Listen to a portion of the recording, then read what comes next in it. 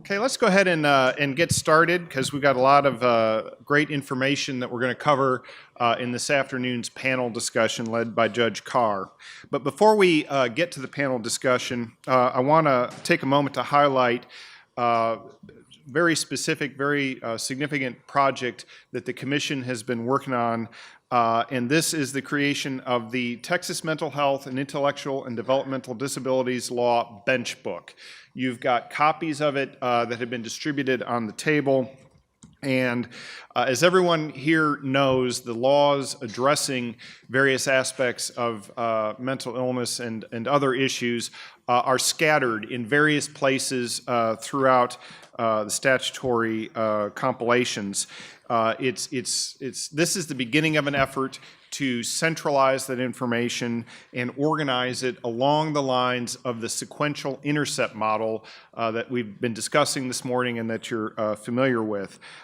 This first edition really focuses on intercepts 0 through 3, so it's going to include the earliest diversion points. Future editions of the bench book are going to focus on later intercept steps and other issues involving civil commitment, juvenile justice. Obviously, there is a lot of law to be assembled. So this is the first edition. This is the beginning of the project to really put the law at your fingertips. At our first commissioners meeting, Chief Justice Hecht, with the customary clarity of language for which he is justly renowned, said he had two expectations for the commission. One was profound change, and the other was immediate progress. So your progress is right here, and that is getting our arms around the many, many parts of the law that address this area. Importantly, I sort of, to borrow a phrase, I sort of view this as a crowdsourcing project. And you are the crowd. You are the people with expertise who are in the trenches, who are dealing with issues day to day. And so as you look at this first edition and as you work with it, as you interact with the other people on your teams, please give us your feedback. Tell us where it could be stronger, where it could be adjusted. Simultaneous with the distribution of the bench book, the fully launched JCMH website is now operational, and it has it's eventually going to be the document resource for a lot of this information, but it's also a two-way communication device. So either submit feedback. We have ability to do that through comment forms at the table outside. You can do it through the website, but please give us your feedback. And I want to take a moment to especially highlight the contributions. Judge DuBose is in significant part responsible for the fact that there is the first edition in existence. In addition, Julie Liddell, staff attorney for the commission, and Christy Taylor. Yeoman's labor went into assembling this first edition, and we're very grateful to them and to everybody who's been involved in the bench book project. I also want to announce a second resource that is available, also distributed on the tables to you, which is a guide to improving our courts for persons with mental illness or intellectual and developmental disabilities. This guide has been developed by the National Center for State Courts and the Arizona Supreme Court and has been adapted by the Texas Commission on Mental Health for use here. Again, this is a discussion point, a starting point for ability to improve the administration of justice. So like the other document I showed you, this too is a crowdsourcing document, and you're the crowd. So we look forward to your comments and improvements towards that. But it's a start towards a discussion of practical tools for convening and developing protocols, engaging with individuals with mental illness or IDD, and all of the stakeholders involved in the communities where these issues arise. I would also direct you to the website. Again, it's texasjcmh.gov. We hope you find that these materials are useful, and Julie is flagging me, so what did I leave out?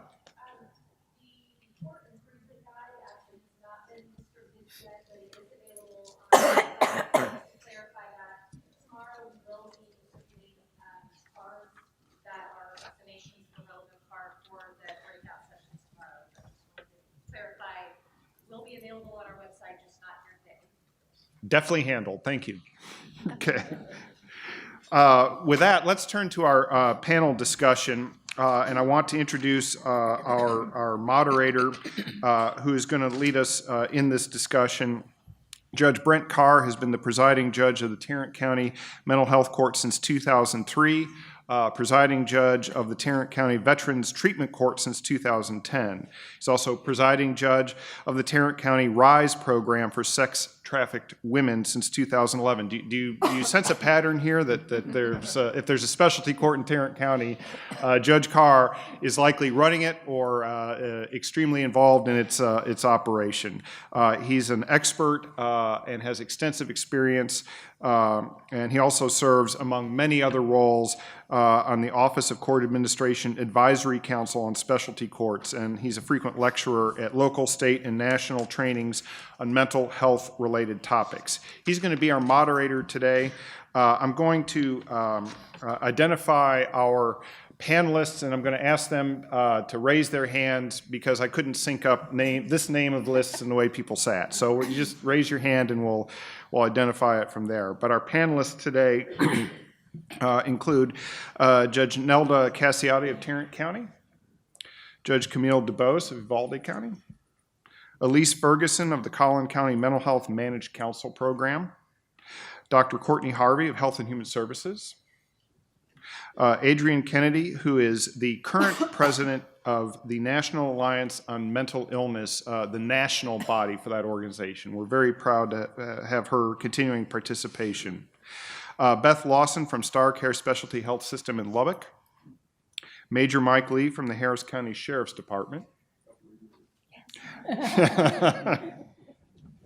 Beth Mitchell from Disability Rights Texas, Judge Roxanne Nelson from Burnet County, Denise Oncken from the Harris County District Attorney's Office, Judge Polly Spencer from Bexar County, Steve Wohleb from the Texas Hospital Association, and also Teresa Favre from the Memorial Hermann Hospital. Did I leave anybody out?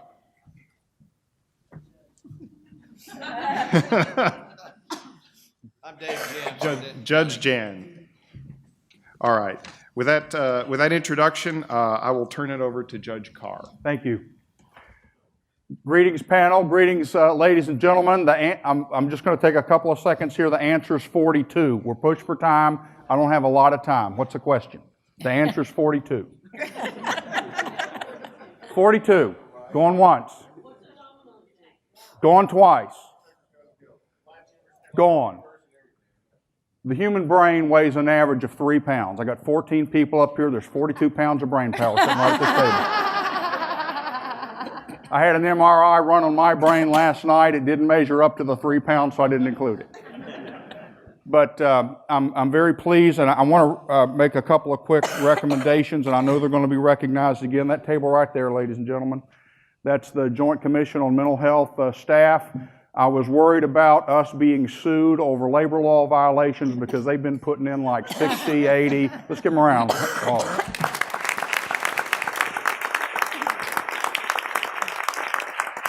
Now, there are foundations that go out of their way to sponsor the luncheon, and then there's the Hog Foundation that really went out of its way to sponsor the luncheon. Excellent. So if any Hog Foundation members here, thank you for there's one over there. Thank you for your sponsorship, and we certainly appreciate it. Thank you.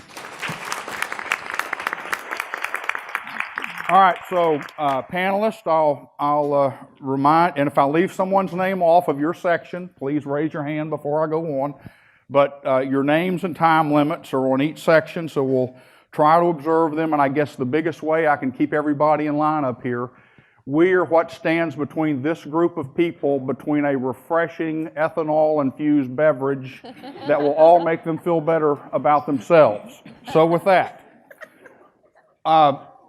we should all really hope and pray that over in the juvenile room, they are really coming up with some great solutions, because we've heard a lot of our speakers today talk about, that's the time, even if they're having problems, they're engaged, because I can tell you, working with adults, they become less engaged in many cases, and it's harder to steer them back to the middle of the road. We're not going to spend a great time on it today, but we're going to start off with practices designed to keep people from coming out of our system. So I would first like to recognize Dr. Courtney Harvey of our own Texas Department of Health, or DHHS. I'm afraid I might get one of the H's wrong. But from your perspective at the state level, Doctor, what kind of things are we doing and advocating in about 3 minutes, if I may, that can assist us in trying to keep people? What programs have you started with as a result of the recent legislation and other things going on in your world? Yeah, so at a basic level, our contracts are with the 39 local mental health authorities, local behavioral health authorities, as well as the local intellectual and developmental disability authorities. And so we cover outpatient mental health services that might also include some degree of substance use services. There are local mental health authorities or local authorities that are responsible for providing crisis services, so services to prevent people from further decompensating if they are thought to be a danger to themselves or others. There are local authorities that have more specialized services, such as psychiatric emergency services centers, extended observation units, which provide an opportunity for individuals to receive 48-hour observation, or crisis respite units, crisis residential units, crisis stabilization units, et cetera. And so we are very excited that through funds received out of the 85th legislative session, we've been able to implement grants through the Community Mental Health Grant Program, which is authorized by House Bill 13. The Mental Health Grant Program for Justice Individuals, which was authorized by Senate Bill 292, which does allow us to expand local resources to include things like psychiatric emergency services centers, outpatient competency restoration programs, assertive community treatment teams, and forensic assertive community treatment teams, which you all have heard about today. And so those are some of the programs that have been expanded through those funds, as well as the expansion of opportunities for individuals to be served in an inpatient environment, but locally, so that they don't have to, travel all the way out to El Paso if they need a state hospital bed, but they can be served, at their home locally in private psychiatric facilities. Thank you. Now, I know that being a judge of a mental health court program, we've graduated over 500 people. Our rearrest rate's about 14%, so I'm going to echo Judge Reyes' comments. These programs across many disciplines can really work, but I'm going to leap to Adrienne for a moment and come back to Beth. But one of the things I'm kind of starting to do is, because I do have some people, they can barely get out of their house, or they're too tied into video games. So some expert told me something about one of the best ways to get people back into society is put them in situations where they meet new people. So I've started sending them to NAMI or Mental Health America or some program in the community as part of their trip through our program. But from the NAMI, you've worked at the local, state, and national level. So what do you see, Adrienne, as community resources, nonprofits? How can they have a role in helping us at this intercept level? Well, first of all, one of the biggest and best things that's been developed in the area in our mental health field is actually peer support services, because that gives purpose, direction, possibility, and opportunity for those with mental illness diagnoses and experience that they can feed back into their peers. One of the first great dreams that my son had, actually, as he was coming through his first, second, and third hospitalization, is he said, very seriously, he said, "Mom, if only someday I can help somebody, I can buddy up with people who are hospitalized as a young person as I was, and help them through that journey, because I know how lonely, scared, and dispossessed he felt in that whole range of things." So I believe that the more we can learn and the more we can appropriate peer-supported services, the better we can be. And also listening with new ears for what people need to restart their lives, and also what length of journey that is. Because it's not a, take these meds and you'll feel fine in 3 or 4 weeks, and I'll see you in 2 months. I mean, that just can't work. There have to be a system of wraparound services and care and presence of people in their lives so that, in fact, rebuilding a life in a very systematic and very orderly and conscientious and supported way through all the systems of both care and community development work. NAMI does offer, peer-to-peer education, peer-to-peer support groups, and also in our own voice, where in fact people trained then. My son, in fact, was an IOV presenter, and he went to Victoria a number of times to make presentations. So this is all very important for rebuilding a sense of self. And briefly, I also wanted to add on, how important is it to have the involvement of a support group or a family participate with people, with their loved one in this process? Nobody goes this alone, just no one goes this alone. There's got to be safety net upon safety net, and if there's not one, if the family is fractured or can't stand side by side, there have to be others. And by the way, that's the other reason that I'm so passionate about the fact that we have to be communicating better and in more total communication ways, so that in fact peer groups always know who they could be traveling side by side with. My son had a tremendous network of friends. He was a musician, he was a stand-up comedian on 6th Street, he was an ASCAP musician, he worked for Warner Brothers and Steven Seagal in Under Siege 2, but his peer network didn't understand that he had a severe illness, and that we need to be communicating so that in fact we can develop and find safety nets all over the place, all around. Thank you. Beth and I haven't interacted a lot over the years, but I have interacted with her for probably about the last 20 years or so, and I know that she is a seasoned advocate and veteran that slogged away in the trenches, many times taking a position that now is mainstream, but at the time was not the popular position. So Beth, from your perspective, your view of this particular area. Yeah, I think, we go back to what was said during, we've repeatedly heard this throughout the day, is that where we are now is the same population that we had 30 years ago. We just didn't have them in the criminal justice system. But it's the same exact population. They just all used to be at the state hospitals or being served in the community, and now we've just criminalized this population. And we really need to step back and figure out how we move away from that, which is what this commission is doing, and it's great. But the biggest and the best place for that to be done is before they get there, right? So I think we all have to really talk about before they get there and those community-based services.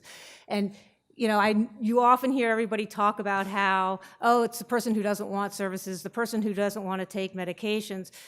We see the whole other side. We see people who are asking for those services, but the LMHA's wait list is way too long and they can't get in. I think Anna had talked about, you have to wait until you are a danger to yourself or others to even get those community-based services. And so there are lots of people who want these services but can't get them, or the medication alone isn't going to help if they're sitting alone in a bedroom taking a med and have nothing else to do in their lives. They might, half the time they're like, well, why not have the voices, because I have nobody else to talk to. So there are a lot of other pieces that go to this than just locking somebody away or giving them a pill to try to fix the problem, because that's not going to work. There has to be that entire supported services. There has to be the increased based mental health services. And that goes for, we're seeing a lot more of the IDD population entering into the criminal justice system as well. And if we thought people with mental illness were not appropriate for jails, people with IDD are absolutely not appropriate for jails. And they're not appropriate for emergency rooms either. So when you try to do an emergency detention, you send them to an emergency room. Most emergency rooms do not know how to handle them, and then they end up just restrained in a bed for, we've seen people restrained 4 or 5 days in a row. So that's not the appropriate place for them either. And I really think we need to get more of the, people who interact with the IDD community to this table as well. We do have resources currently. Most of them are community-based. They do provide a lot of services through the home and community-based service section, which is actually a zero reject. So when a cop comes out and says, and they want to get rid of them, they can't. It's a zero reject. They are required to be able to stay in that HCS home. So I think we need to have a lot more information gathering and learning around that population and how best to keep them in the community as well. Thank you. We're going to next move to a another short segment.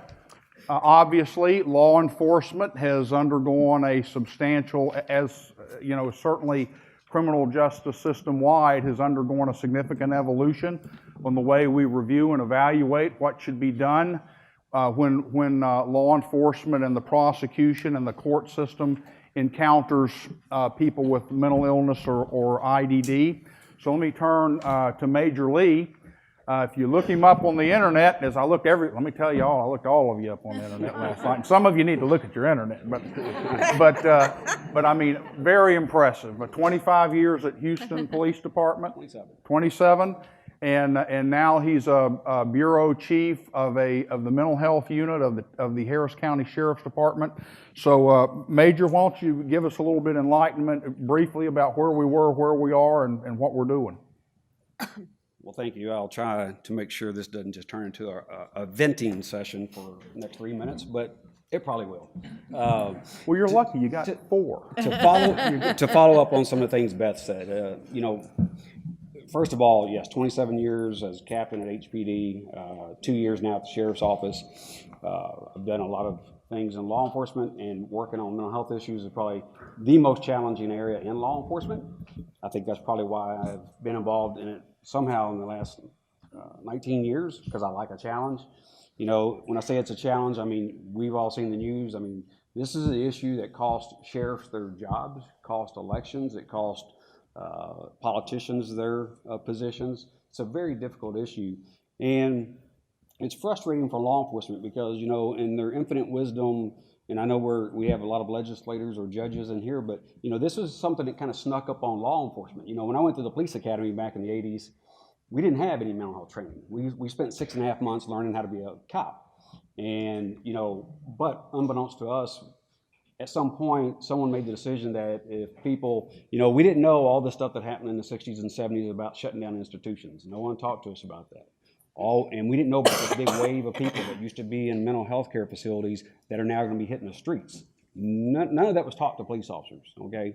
But all of a sudden, you get out there on the street and you start noticing these calls you're getting involving people that aren't acting right and all that. So anyway, you know, police officers had all these encounters with people, and a lot of them were ending up in jail. A lot were ending up in jail. So you really have just flip-flop over the years where, you know, it used to be 50,000 people in institutions in Texas. Now now the state has a little over 2,000 in their state hospitals. I've got more than that in the Harris County Jail on psych meds. I've got 2,600 today on psych meds. I've got a 392 bed mental health facility in the Harris County Jail. I spent $26 million last year on mental health care for the Harris County Jail alone. We take in my vendor and our psych meds. So this is something that, you know, our patrol officers, I mean, and I hope no one in the room gets offended by any of the words I use, because I think you can tell the passion I've had over the years that I wouldn't say it intentionally, but if you get offended by any of the terminology, I'll just apologize ahead of time. Y'all made it through Chief Acevedo, you can make it through me. So, you know, but our patrol officers, literally, I mean, with people no longer in institutions, out on the street, heading to jail, our patrol officers have become psych ward attendants. My jailers have become psych ward attendants, and that's just the reality. I mean, I have a whole unit of detention officers that do nothing but work in our 392-bed psychiatric facility in our Harris County Jail. And so, you know, it's a very difficult issue. The problem is not only did we not get training, so we noticed all these people started ending up in jail. So they said, okay, about 1999, let's start doing some crisis intervention training. Let's start teaching officers how to recognize signs and symptoms of mental illness and not put people in jail if possible. Well, that's great, you know, but there's no places to take them.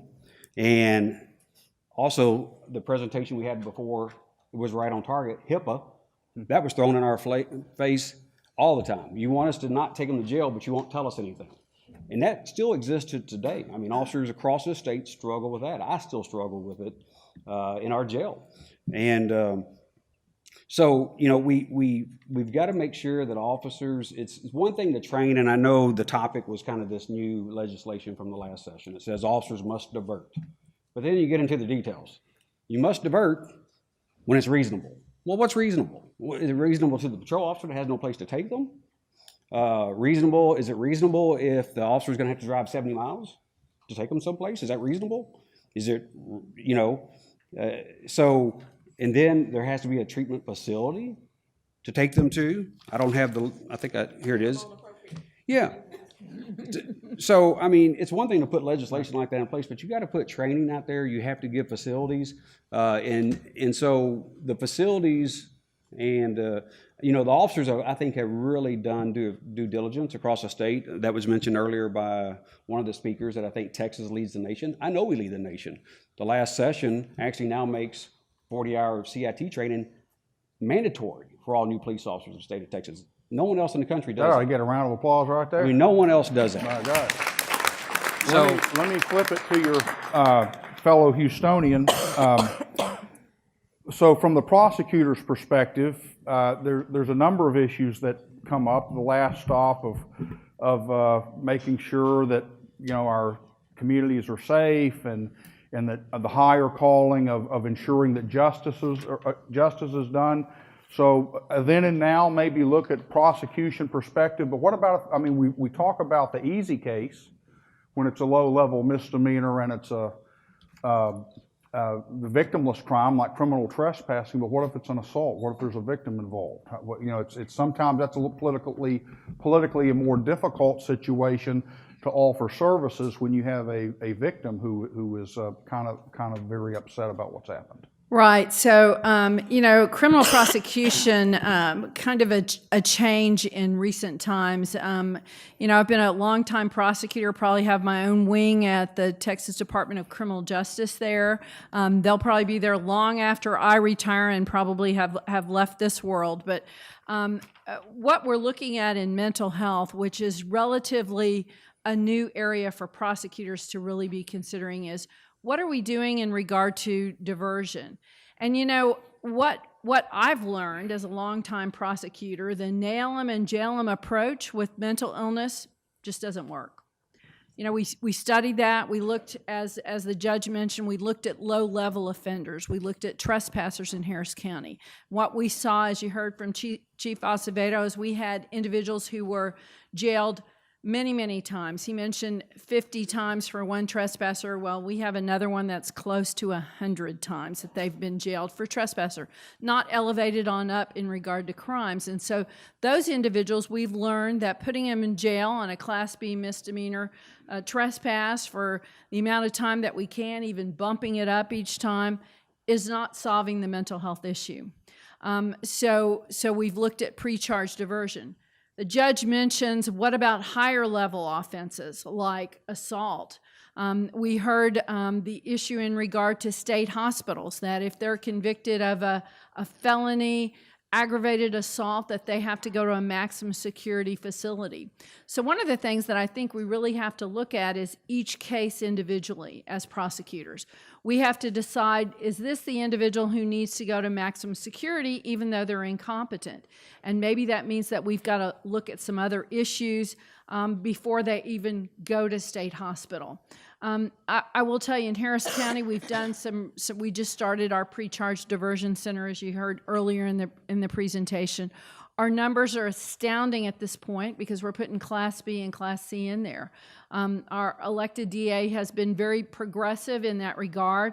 We have to consider safety of the community. And initially, there was a little bit of pushback in regard to Class B trespassers. Should you be diverting those individuals who have met probable cause to be charged with an offense and sending them to a pre-charge diversion facility just because they're mentally ill? But what we did learn from visiting with victims of crime on those trespassers is that they are very interested in those individuals getting help. Basically, the resolution that they want for the trespasser is for them not to be there on their premises. And so you have to look at what the victim wants. So they were very positive about a pre-charge diversion and not charging them at all, getting them to this facility so that they could get some help and hopefully change their quality of life. Higher level offenses, there are always going to be those crimes that we are going to proceed directly to Harris County Jail with them. We have to be concerned about the safety of the community, but we do have to look at what those with mental illness, what types of crimes are they committing? I was one of the big proponents in our felony mental health court actually to say, let's put individuals with aggravated assault into that when everybody else was saying no violent offenses. So I think those individuals deserve help and need help, and we just have to look at each case individually. Thank you. All right, let's move into, we're going to move into a new area, emergency detentions, which I can say with 27 years on the bench, I'm still a little bit confused sometimes about that process. Where to call, who to call, when to call, and I have friends in the community that are always asking. So Judge Jahn, let me ask if you would please address the types of situations you see come before you in the area of emergency detentions and how that process can be an effective deterrent, perhaps, from keeping people out of the justice system. The largest or the bulk of the cases we get on the emergency detentions in the probate court come from police officer apprehensions. They're commonly referred to as the apprehensions without a warrant, or an APAL is kind of the term of art we use for that. That emergency detention is either based on the conduct or behavior of the proposed patient, and that there's a substantial risk of serious harm to themselves or others.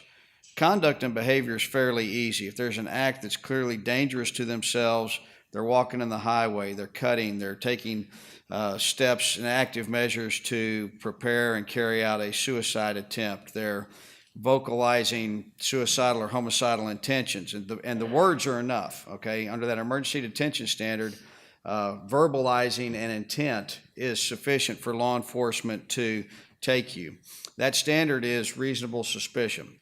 Where we start running into areas of confusion is the third criteria, or what we call deterioration, which in the clinical setting is referred to as gravely disabled. And that's where, due to your mental illness and your symptoms and, your symptoms caused by that mental illness, you've deteriorated into a state where you do present a risk of harm to yourself or others based on an inability to feed yourself, take care of yourself, provide shelter, your activities of basic daily living. Your paranoia can be so strong you can't leave the house to go to the grocery store to get food.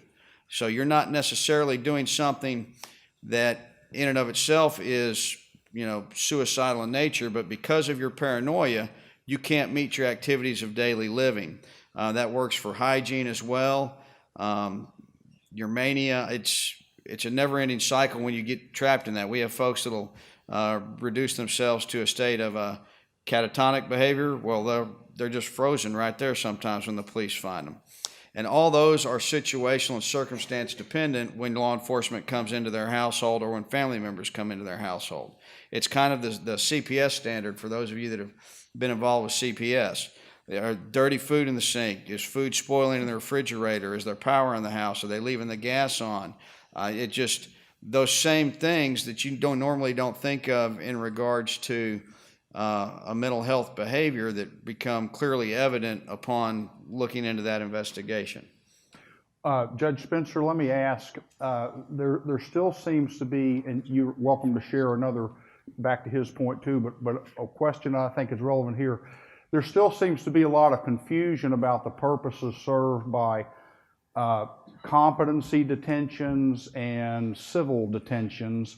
I know that back in my distant past, we would have somebody who didn't look like they were going to get healed. We would send them over to the civil side, and much to our shock and horror was the way I reacted to it at the time. Oh my God, they let them out the next day. What were they possibly thinking?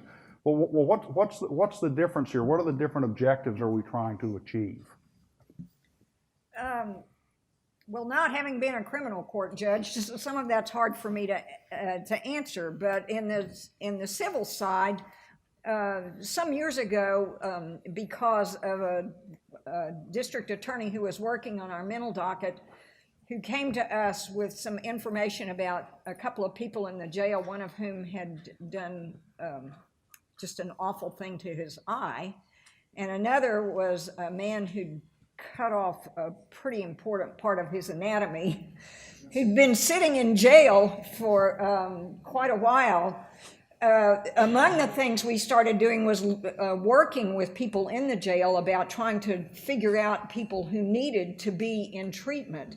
You know, some of those people that I described had been in jail already for longer than they might have served had they been gone through the criminal justice system, but they had not been visited by their attorneys, and no one had pointed out that maybe they were mentally ill. And so we started asking for referrals from the jail over into the civil commitment side so that we could start doing things with those people.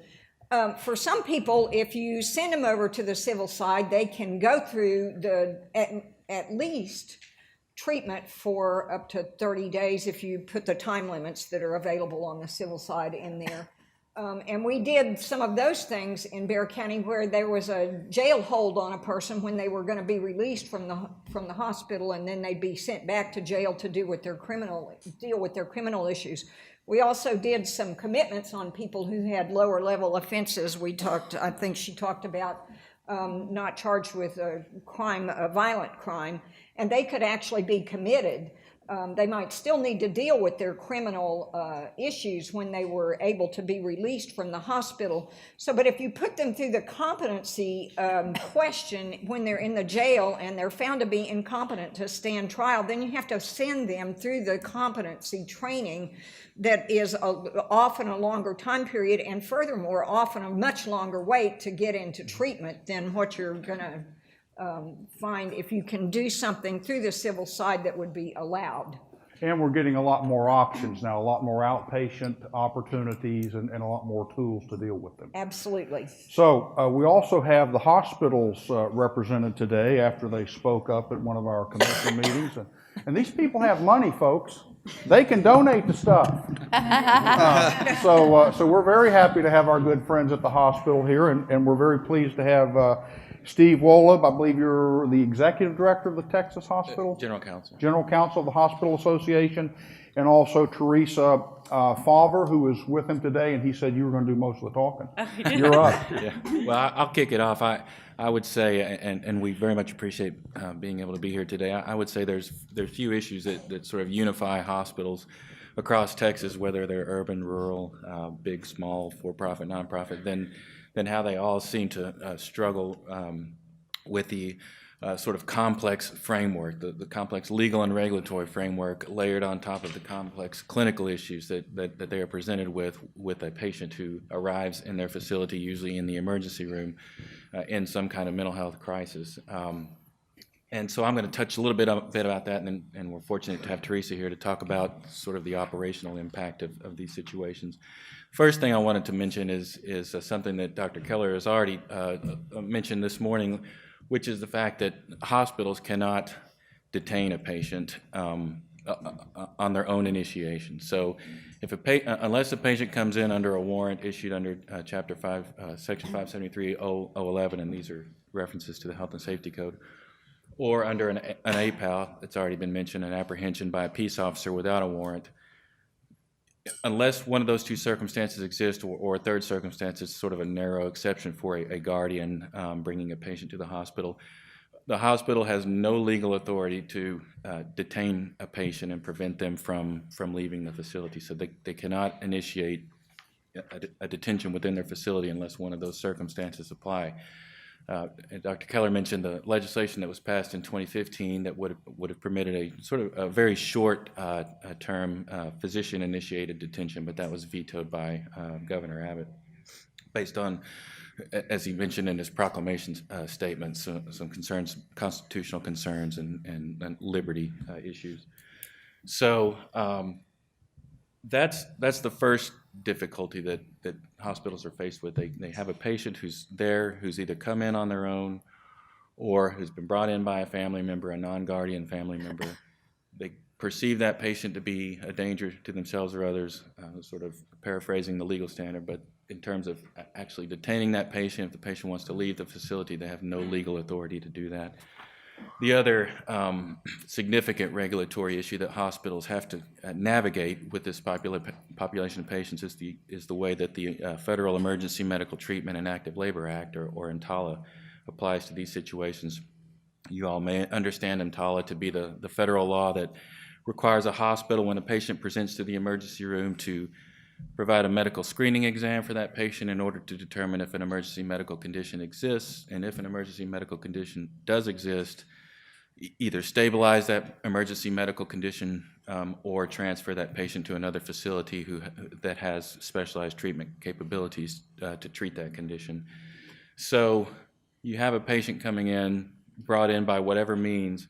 Once they hit the hospital's door, that hospital is essentially stuck in terms of being able to discharge that patient or transfer that patient to some other level of care that might be a more appropriate setting of care for that particular patient. And in the meantime, you've got a patient who's in this sort of chaotic and non-therapeutic environment, not getting the therapeutic treatment that they need because the hospital is not equipped to deal with that patient, but can't discharge that patient to a more appropriate and more therapeutic care setting.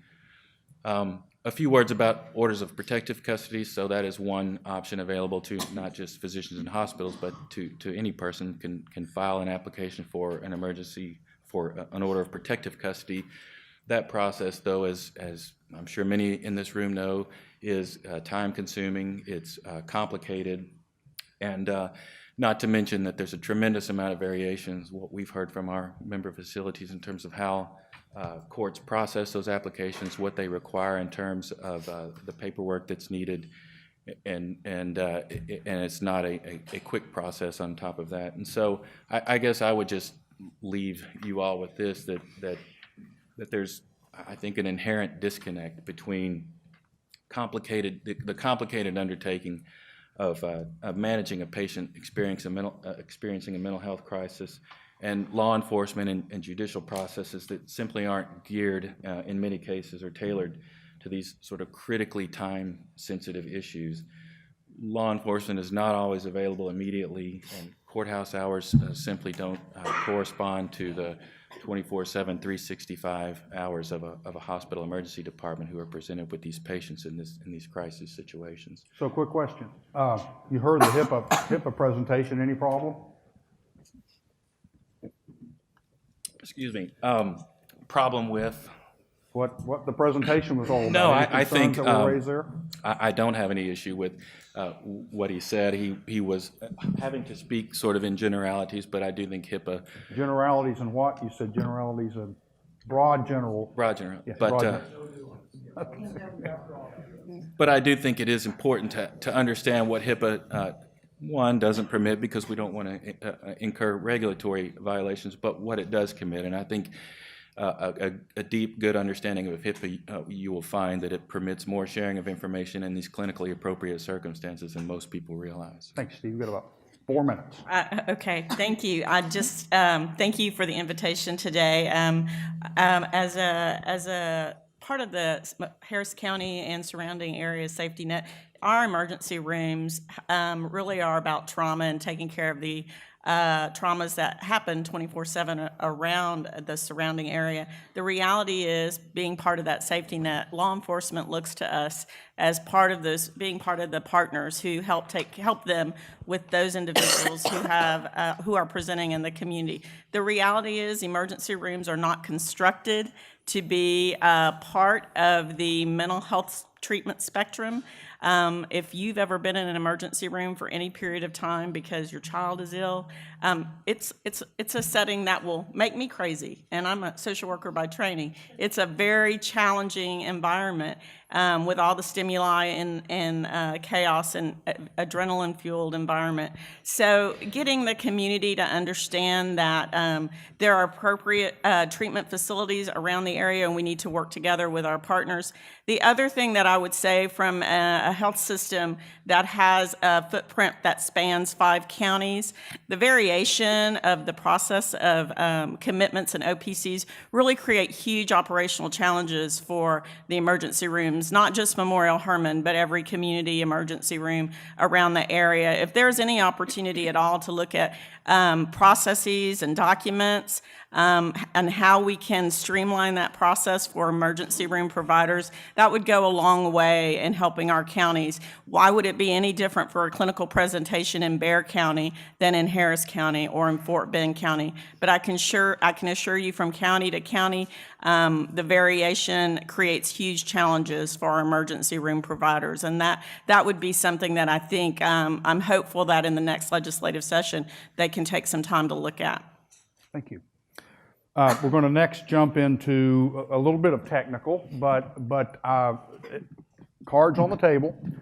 When 1622 came out, what spurred Tarrant County into action was we had a jailer, our chief jailer, who was very proud of the way he ran his jail. And he came running into my office in a panic for no other reason than I had the mental health court. Really wasn't my area to be supervising the big 1622 creation project, but that's kind of what it turned into.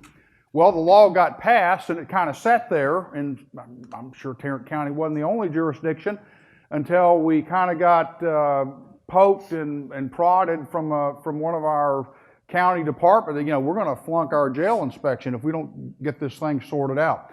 I want to jump over to Alyse Ferguson for just a second. She's an attorney, Collin County. She runs a very innovative program. It's a managed counsel system.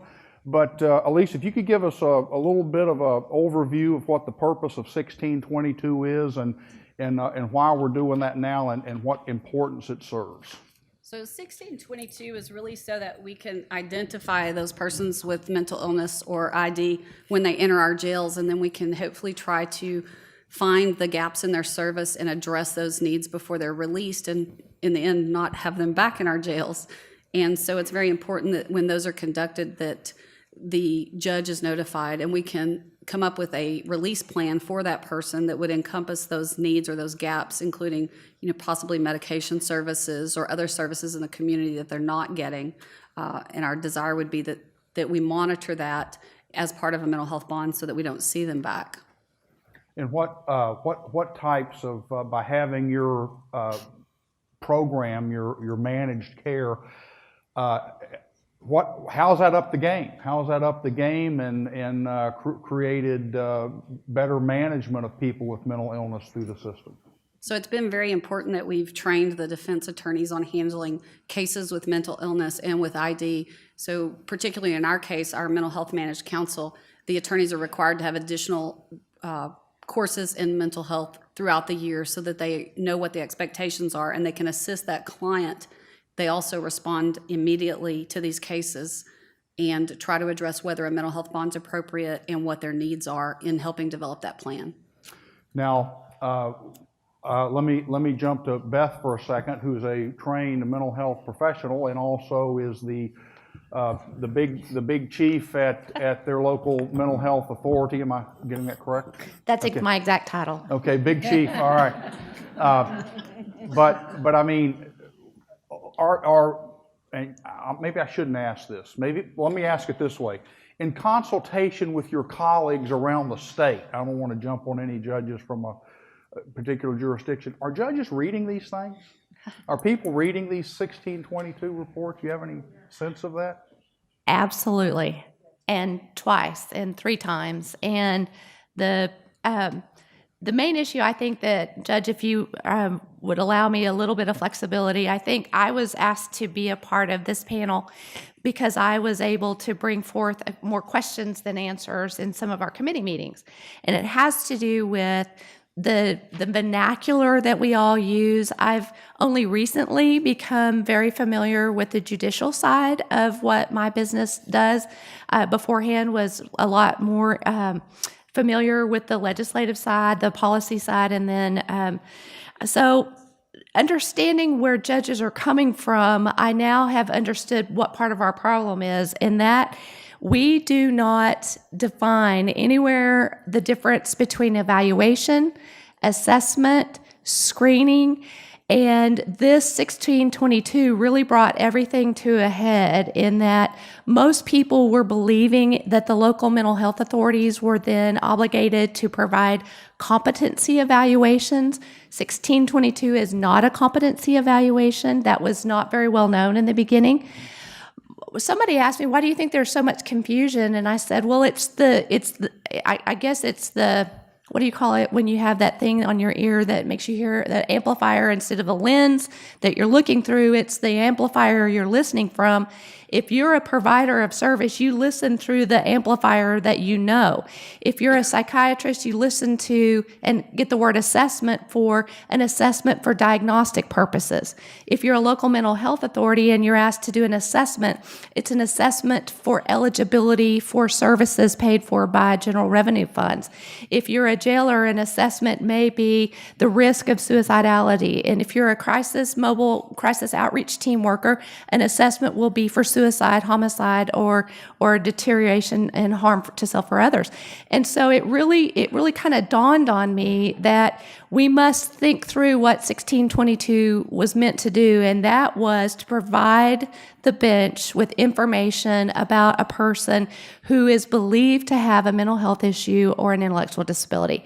And if a person has been assessed by a 1622 Tacoma form, we have I'm telling you, you ought to put us all in prison for coming up with this language, because we really do ourselves no justice and no favors, particularly if, think about how difficult it is for us, how must it be difficult for people who are navigating that are not professionals.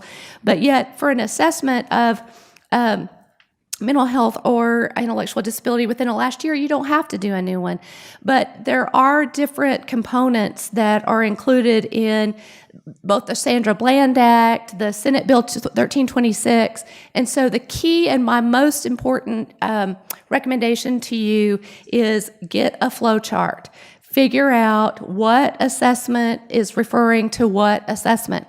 And so if you're looking at the suspected mental health or intellectual disability at a jail, that's something that the jail does. The jail then required within 12 hours now, not 72 hours any longer, to report to the bench, hey, we think we have a person that is in need of particular care. The magistrate can then order a 1622 assessment. We have a form in the state of Texas now. It's all available. I can tell you, if you don't know what it is, your county secretary does, because he or she is having to report that to the Office of Court Administration. And if you want to know somebody that has got a little bit uptight about these forms, just talk to her. And excuse me. And then I guess the final thing that I would say is understand the difference between 1622 assessments for mental health and intellectual disability as they differ from the 46B components of competency restoration. They are very different things, often very confused. One is much more cursory, one is much more expensive and time-consuming, and I think that that's a lot of source of strain in the system. Is this inquiry only meant to identify people who were expressing active symptoms? No, as a matter of fact, that's kind of one of the pros and the cons of the 1622 assessment, in that this does encompass any suicidality, even if it was 20 years ago, versus a common or a current situation. And so that's part of the requirement of the local mental health authority, the local intellectual disability authority, or the mental health and intellectual disability expert to give that information to the magistrate about, is this an issue of suspected mental illness, but is it currently causing or interfering problems? Let me. Even though your name is not on the list, Judge Nelson, is this something that you deal with? I do. Okay, well, tell us about it. So as a magistrate, when we are notified by the jail staff that someone is suspected of having a mental health problem or an intellectual disability, we're supposed to be notified, and we should act on that to prevent those people from slipping through the cracks that might not otherwise get the help that they need. Some of our defendants who are suffering from mental illness will not identify themselves as being such, and they might languish in our county jails and not get the help that they need, where they start to deteriorate. And where we could have maybe easily stabilized them at the beginning, it becomes a very big problem, and we now have to hospitalize them. So I have to say that when we talk about collaborate, educate, and lead, this is where we really need to start. The most important part of that collaboration is at the jail with our law enforcement, visiting with or communicating with those judges that are performing the magistration duties at our jails. It's important not to let them slip through that first crack, because once they slip through that first crack, you don't know where they're going to end up. And how many defendants coming, or I guess they're a suspect or incarcerated person, whatever name we use for them at that point, how many people getting booked into jail are supposed to have a continuity of care query performed? Every one of them. Every one of them. Every one of them. Now, but what is that? You know, I'll again, we have a couple extra minutes here. I'll throw this open to anyone on the panel. But you know, in rural areas where assets are, you know, not around the corner or in jail, I mean, when you get a plan that says, okay, we got somebody with a mental illness, we need to, we suggest they do A, B, and C. Anybody got, what are some thoughts on how we can help here? Anybody got a thought? I'll even take that from the audience. Yes, sir. I'll try to talk loud enough where you can hear me. I'm from Fannin County. We're about 30,000 people. We're north of our rich cousins in Collin County. They have more money than God. Thank you all for being on the panel. And I don't mean any disrespect, but it seems like the majority of the folks here, especially on the panel, y'all are the rich folks. We're the wicked step. You're taking up your time. Let's get to the solution. Well, I'm not asking for Okay. Robin Hood. I don't want to steal your money. I want y'all to do the best you can with what you've got. I understand all of us are magistrates as far as the judges, but for us, the magistration is done by 4 people, me as a city judge and the 3 JPs. And to address quickly, as far as how fast is anybody seen in the jail, everybody's evaluated and we're notified in less than 12 hours of anybody that has any mental health problems. The Texoma Community Center is our local mental health authority. I'm extremely familiar with them. I've served on the board. I've given them hell over many years. And I say that in a nice way, and they're standing behind me with knives and guns. But I wanted to tell you, it's great what you've got. It just doesn't work for us. There's a saying in several industries, what works for one works for one. One size does not fit all. I heard that earlier this morning.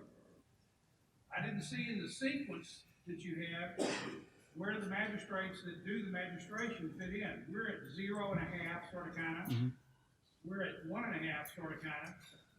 We have a jail diversion program. We have a jail diversion MHMR meeting, and I know that's the long last letters, forgive me. We've been meeting for over 12 years. We bring together APS, CPS, local law enforcement, local mental health authority, everybody we can drag up, all the hospitals, all the nursing homes.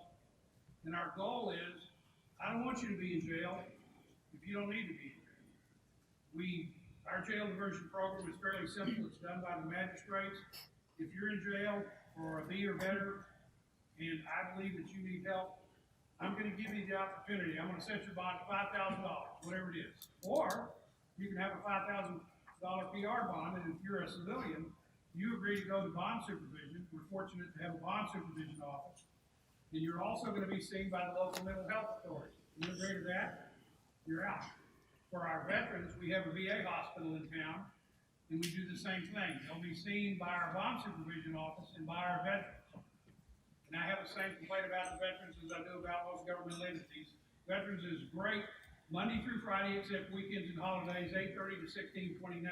After that, you're out of luck. Christy, I think we've just identified our rural county representative over here. Christy is the one that talked to me about this, and All right. Courtney, thank you very much. Indeed. And thank you, sir. I appreciate those remarks, but I also want to ensure the group that very often in the commission's conversations, we discussed adult civil, adult criminal, juvenile, and then slicing that across the middle and examining it from both urban and rural. So I believe the commission is committed to also expending time and resources and looking at rural communities too. Thank you, sir. Where can I send the comments? I heard him say earlier we could send comments about the book.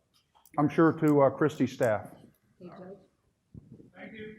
Beth? Yeah, I just wanted to make one point about the CCQ checks. Like, it does check for mental health when you've been to the, when you've been a previous client of the LMHA, but it does not check for the LIDA. Yeah. Huh?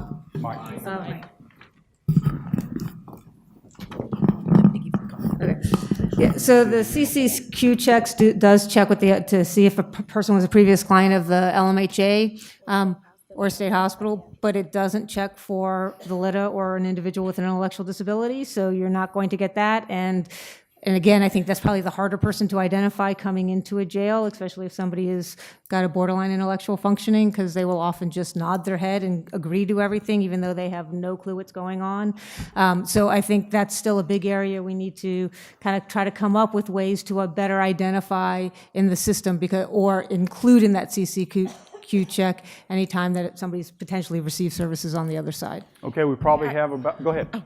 I just want to piggyback on what Beth said, and I will say that the Health and Human Services Commission is putting forth an exceptional item to modify the CCQ criteria so that there's not only a look back for persons with mental illness, but will also capture people that have had a history of receiving services at an SSLC or the LIDA. So. And that's why it's important to have the many disciplines all represented in the same place. And I apologize for my oversight of the IDD, but a lot of times we get caught up in our own world and we just forget about stuff. So I think we got about 3 or 4 more minutes. So on anything we've addressed so far, Major, I see you had your hand up, about 30 seconds. 30-second follow-up on the CCQ. For anyone out there looking for a legislative issue this session, the CCQ is great, and I'm glad to hear you're going to expand it. You know, CCQ is conducted by a law enforcement official in the jail. It's our jailers, okay? Why don't we push it out to the street, to the patrol officers who all have computers in their cars so they can look at it at the time of a traffic stop when they're trying to make a decision on what's going on with this person, because it's great you give us that information at the jail door, but it's too late. You know, so it doesn't make sense. It kind of gets back to that HIPAA thing. Well, we can't really tell you. Look, officers are entrusted with a lot of information about people, their criminal history, all that. And there's laws that say if you misuse that, you'll be prosecuted and you'll lose your job. Same thing, just put that same type of rule out there. If you take this information and misuse it and go and tell people that, oh, this guy has a mental health history, you'll lose your job and you'll be prosecuted. But it doesn't make sense that we only have that information available to law enforcement at the jail door. Last comment. Uh-oh, uh-oh. We're going to take the best 2 out of 3 falls right here. And I know I heard everybody clap to having, well, I heard a lot of people clap to having cops have the ability to use the CCQ check while they're on the streets.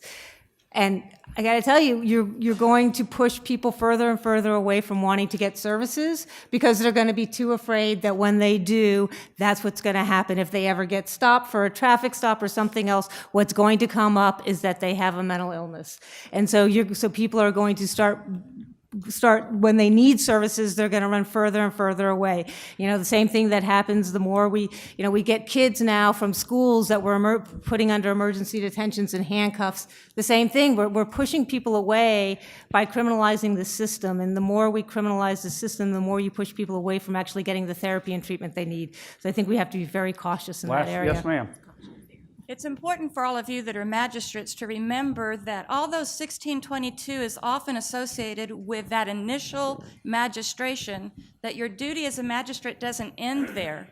Sometimes these defendants are kept in jail for long periods of time, and they may start to deteriorate and become more unstable the longer they stay in jail. If at any time you're presented with information that someone is in your jail that's suffering from these conditions, you should at that time as well do a 1622 order.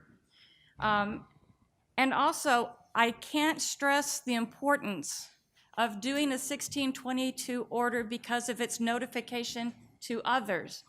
We're putting on notice the defense counsel, the prosecutor, and the trial courts. And so for those of you who say, but my booking department has always done that for me, I'm just gonna let them continue, they're not doing those mandatory notifications.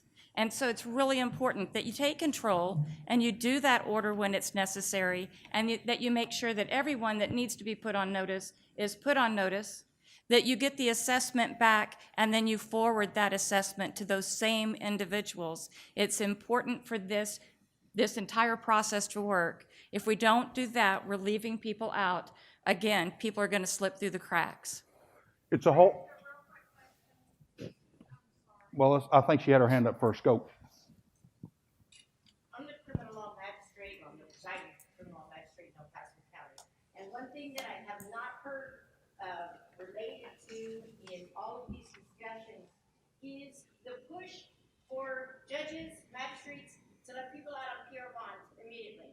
There have been several lawsuits, as people know, and so what I see the individuals that are coming into El Paso County Jail is we're having individuals who are indigent, who are mentally ill. And so I have a situation where I'm kind of being forced to look at one aspect. Well, don't put them in jail, and it's already too late. It's like you said, Major, it's already too late. They're already there.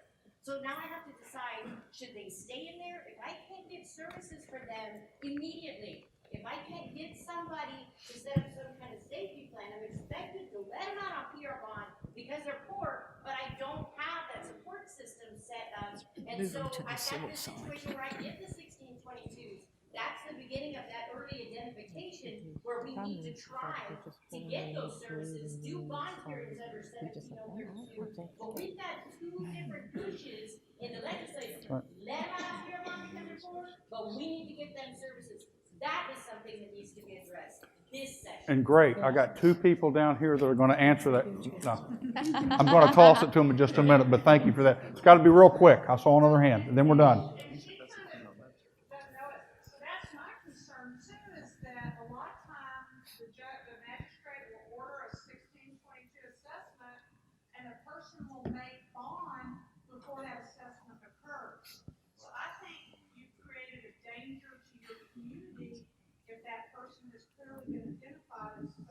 Suffering from a mental illness, and might even create a liability issue for the county if you're releasing that person before they've been assessed. Okay, Judge Carr. And I believe that, well, we need to go ahead and take a break real quick. We got an answer. Okay, we got us an answer. Go. Move them to the civil side. Move them to the civil side. All right, so it's a whole number. I'm going to ask you a whole number between 9 and 11. 10. I love it. Okay, you got a 10-minute break. We're resuming in 10 minutes. All right, in our final segment for today, we're running a little bit ahead, but there was, as we were closing out the last session, there was a fair number of people approaching about the use of the civil process to augment or intervene during the criminal process. Judge Jahn, what say you? In Denton County, we frequently will do emergency detentions out of the jail for individuals that meet that criteria for the emergency detention. Where we run into problems is jail competency issues and emergency detention criteria are different. Texas is a crisis commitment state, which requires that substantial risk of serious harm to self or others. And the other thing we run into, which I think, ma'am, you may have been getting to earlier, when I went over the deterioration or gravely disabled standard earlier, we have to wait until you're there and already deteriorated because we're crisis commitment. I would love to have that changed because it's easy to forecast when you're off of your medications, you're off of your routine, and you're off of those things that keep you stable, that deterioration starts and begins to escalate the longer you're, out of that normal criteria. So we do use it. Our MHMR folks will go out and do assessments. Then our mental health deputies will also go out and evaluate, and we will do emergency detention straight out of the jail, straight into the mental health facilities. If there are issues with the level of crime that's charged, like if they pick somebody up, and somebody spoke about earlier with the veterans, and then you end up with an aggravated or an assault of a police officer, we'll talk to the DA and get that changed to something we can do something with. Because they're not necessarily coming out on PR bonds or anything else. We're just taking custody of them in the civil side. And what we do is if they go to the state hospital, they notify us when they're ready to be released, and we send our deputies up there to pick them up and bring them back. Okay? So their release criteria changes slightly in the orders that I'll issue, which will only be released to law enforcement to come back and bring them back to the jail. It's one of those not expressly prohibited, therefore we're not really asking permission and doing it to get the job done. Judge Spencer. Well, I was just going to say, as I told you earlier, I haven't handled the mental docket for about 4 years because I retired. But you're a legend, because I was reading about you on the internet last night. Yeah, well, I don't spend time Googling myself. I got plenty of other things to do, but Professor Shannon, I know, has been involved in this, and also sitting back there, and I just fingered him, is Kelvin Tatum, who is the mental health prosecutor in Bexar County, and he can speak a little bit to this issue about what they're doing in Bexar County if we want to hear some more about it. Kelvin, shout to us. Moderator, Judge, and Judge Spencer, we do, kind of follow up what the judge was talking about. A competency restoration and an acute psychotic episode are two different things entirely. However, when we do identify somebody who is in the jail who does meet inpatient mental health criteria, either we would wait until the period of maximum restoration, or we even identify those people earlier than that time if we think they could benefit from inpatient or an outpatient basis. Now, we could commit them up to 90 days or up to a year civilly. Usually those individuals come from the forensic unit at the San Antonio State Hospital. And then also we have an intensive outpatient program that Judge Spencer helped set up to where we can monitor these individuals in the community. We look at it at a case-by-case basis. I was just talking with Judge Glenn about, we have a mental health court, County Court 12 with Judge Scott Roberts, and we also deal with our magistrate court with Judge Carruthers, and we all operate in conjunction with each other to see what the best way to go forward with these individuals are. And that's, we do that every day in Bexar County. Thank you, sir. Okay, thank you, Judge. All right, we move now to a couple of lightning rounds. The first one addresses information sharing. Had a great presentation on that earlier. Dr. Harvey, your name appears on this from your perspective as executive in the state agency. What's your overview of the level of information sharing that we should be doing?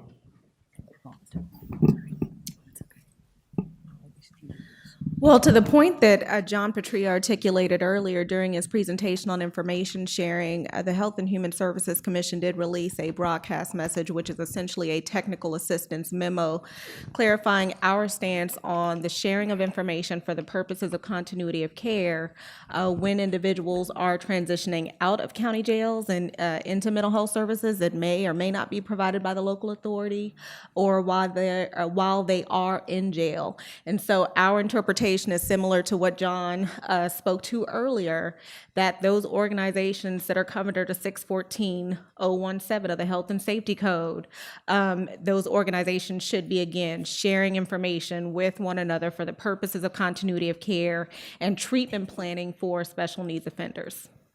I also have, and I got to tell you, that's the first, it's been the law, I don't know how long, but that's the first time I've seen that list, and that's really going to be a big comfort to me, as I now have something to send to people who keep telling me no, they can't do something. So that's a great thing to have. Judge Nelson, your name also appears here, I guess, as someone who receives the 1622 information that's supposed to be submitted by certain entities. Have you had any difficulties in that area? I don't have any difficulties with it, but I know that statewide, some judges are very hesitant to, again, we talk about that notification with 1622, forward that information to the individuals that are supposed to get it, because they're concerned about who that falls into the hands of. You certainly don't want to send that over a fax machine to your county or district clerk's office and not know who that assessment's going to fall into the hands of.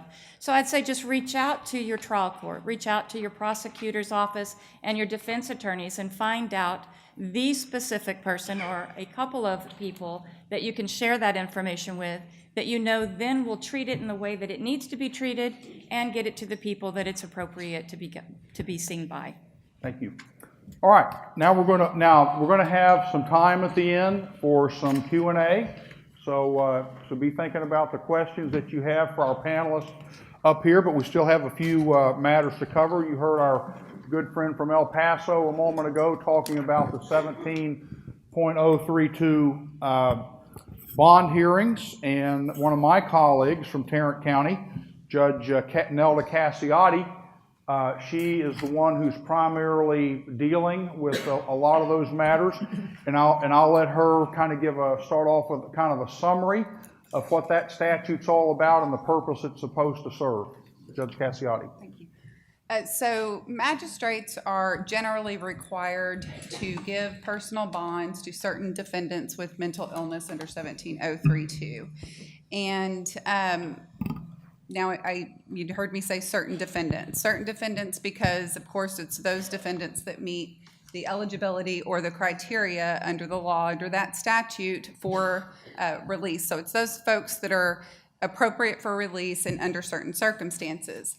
17.032, first off, lists about 10 or so aggravated offenses with which, if the person is charged or has been previously convicted of, would make them ineligible for a personal bond under this section of the code. And those are basically what we used to call our 3G offenses. So as long as that person's not charged with or hasn't been previously convicted of that one of those offenses, a magistrate can look further to see whether they'd be eligible for release on a personal bond. And that would require a 1622 notification and written assessment. And that written assessment would have to state that the person is a person with mental illness or intellectual disability. Also, that the person is otherwise competent. There's no clinical evidence to believe that the person would be incompetent at that point. And then recommends treatment. And here's where the collaboration piece that we've been talking about this morning and this afternoon comes into play, because the magistrate's supposed to consult with the local mental health authority regarding that outpatient treatment plan. And that collaboration is very important because you're looking for a plan that's going to be appropriate for the person. And not only that, that those services are available for that person. That's very important as well. So we all know that, jail is really, for certain individuals with mental illness, not the place for them to be. That's only going to lead to further deterioration or decompensation, which could lead then to a path of incompetency or other issues. So the goal there is, as the statute requires, is unless good cause is shown otherwise, to release that person, get them out of the jail, and get them into treatment quicker so that we could hopefully deter them from coming back and get them into services so that they can get that treatment faster. So magistrates also going to look at other factors when they're making that consideration, including community safety, safety of the victim. They're to consider all the circumstances, pretrial risk assessment, if that's available. And in Tarrant County, we noticed that these personal bonds under 17.032 were not being used very often. The courts really left it up to the defense attorneys to approach the court about a 17.032 bond, and that really wasn't being done. So we implemented a mental health bond docket to sort of address this issue and look at folks who might be eligible for release. And even if they're not, at least we know we've identified these individuals and there are resources available for them, treatment plans available for them once they are released from jail, whether it's after disposition or whatever the case may be in their state of their case. Denise, do you have any idea on Harris County, our biggest county, how often are these hearings being held? Are they having any sort of an impact locally? Yeah, so the 1622 with the 17.032, it's kind of interesting in Harris County. I was just talking to some of my colleagues a few minutes ago. The 1622 really hasn't been implemented to the extent that it has in some of the other counties in Harris County.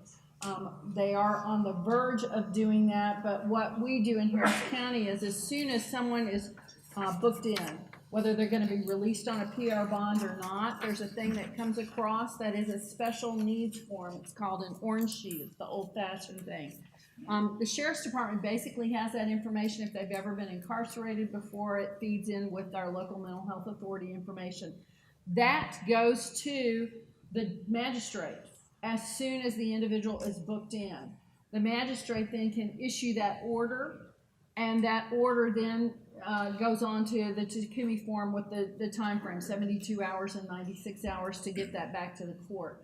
One of the things that we need to address is in Harris County, where it's so electronic and it's very confusing when something's going to come back to the court on the back end on those Takumi forms, is it going electronically. So it needs to feed into our system so that defense can get it right away. Many counties have our discovery system in which we're sharing information such as that, and that's something that I think really needs to be done in large jurisdictions so that not only the judge has it, but also state and defense, so we can address those issues immediately. Judge DuBose, you're not on this section, but I mean, put you on the spot as the duty rural representative. Are you having these hearings come in front of you at all, or anyone in your county? They do occur. I became aware of them more recently through the work that this committee was doing, and actually met with our local sheriff's office and said, why am I not getting these reports? Because they're supposed to be, well, HIPAA, that's what they said. And I called Christy. I was like, why is the statute saying I should be getting them and they're telling me I can't have them? And so we worked through that. The good thing about small counties is you know everybody and their mother and their mother's mother, and so you can call and get everybody together. So in rural counties, I'm not sure it's done regularly, but I think it's something that judges can address easily just by reaching out and contacting the sheriff's office and finding out what's going on. I had assumed that they were going to the prosecutors, and they weren't going to the prosecutors either. They were relying on the defense attorneys to bring that in, which didn't always happen. You know, the one thing that doesn't change is that there's always going to be change. I remember growing up with a lot of extended family. Whatever happened in the family, it was all over the place. And I think that's a valid point. In a more rural area, you're probably going to have a lot more family dynamics than in a large urban area. But Judge Swatnick, just to throw out the rural card, my brother-in-law is the county attorney for Loving County. In a good year, they've got 150 people. I'm just saying. Just saying. All right. We're going to move into a little bit now. I'm sorry, Judge Nelson, you're also listed here. Do you interact with these hearings at all? You know, we really rely on the 1622 assessments. We get them quickly. We're fortunate. We're a rural county, and our resource is our LMHA. And so I'm looking back here, and I'm sorry, I know that you have problems in rural counties. There's no doubt about that. And so we work very closely with one of the greatest guys in the state standing against that door back there, who is with Blue Bonnet Trails, and he's our jail diversion guy. All right, great John State.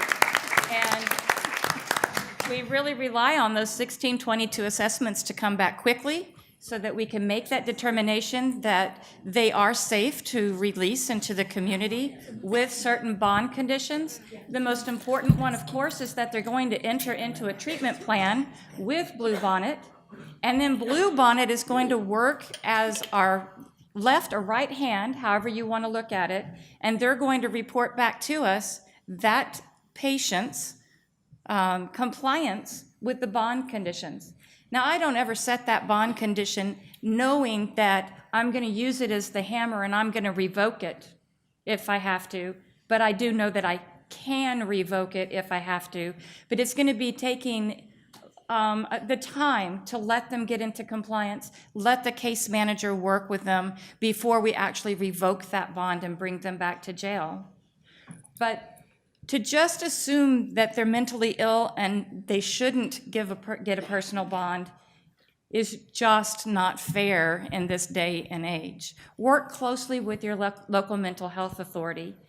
gain their confidence in working with you, and then you'll have confidence that they can work with the defendants/clients that are in your community. And it may be your only resource, but use it just as much as you possibly can. In the rural counties, we are relying heavily on our local mental health authorities. And they have to be our partner. You have to keep them in mind when you're making those decisions. And I hope that it works well for you. Now to go urban for a moment, I know why in Texas the 4th prostitution charge is a felony. I know why in Texas the 4th public intoxication charge is a jailable misdemeanor. And this is not a criticism, but at some level, in another day, thinking a different way, the police got tired of arresting the same people. That's not an inappropriate concern. I mean, as much as there are many people in this room who can stack up their dedication to this topic, but it's also not inappropriate to take into consideration the store owner or the housing location who doesn't want needles and poop on their front porch. So we talked about needing to have resources, Judge Cacciotti, to dealing with these treatment-resistant people. So, I mean, what do we do? What can we do in those situations? I heard one of you mention bond conditions and requiring treatment if the resources present themselves.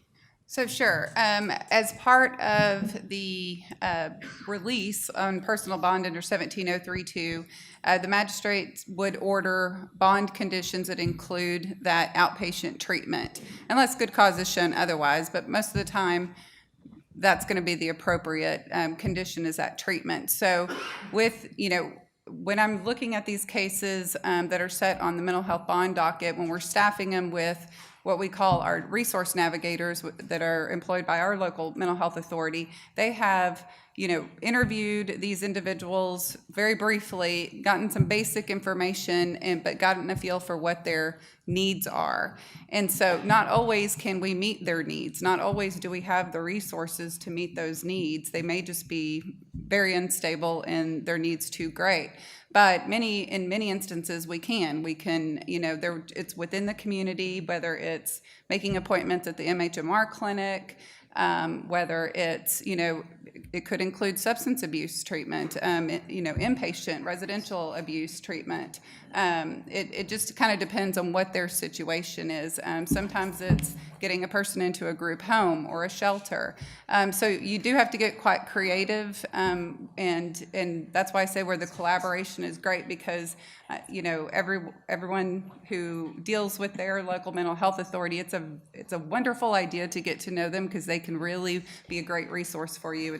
And I know ours in Tarrant County have been a great resource for me and many of the other judges as well, and the other magistrates as well. So it just, sometimes you just have to really work with your local mental health authority to come up with a good plan for that individual. Now I'll tell you, yes ma'am.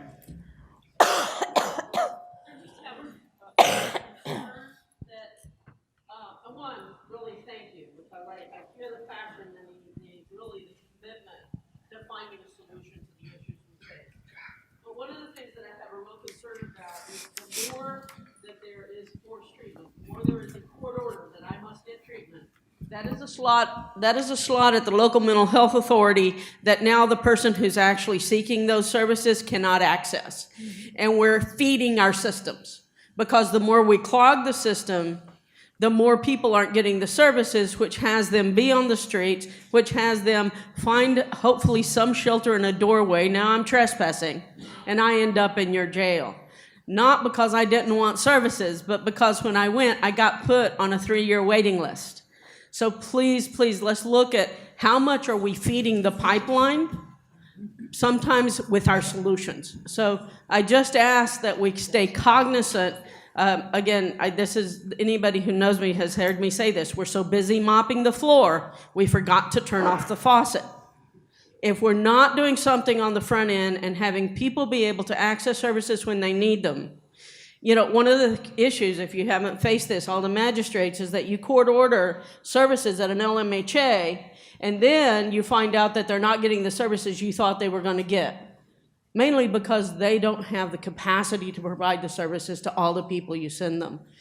We have a crisis at the level of access and normalizing the need for mental health services in our society.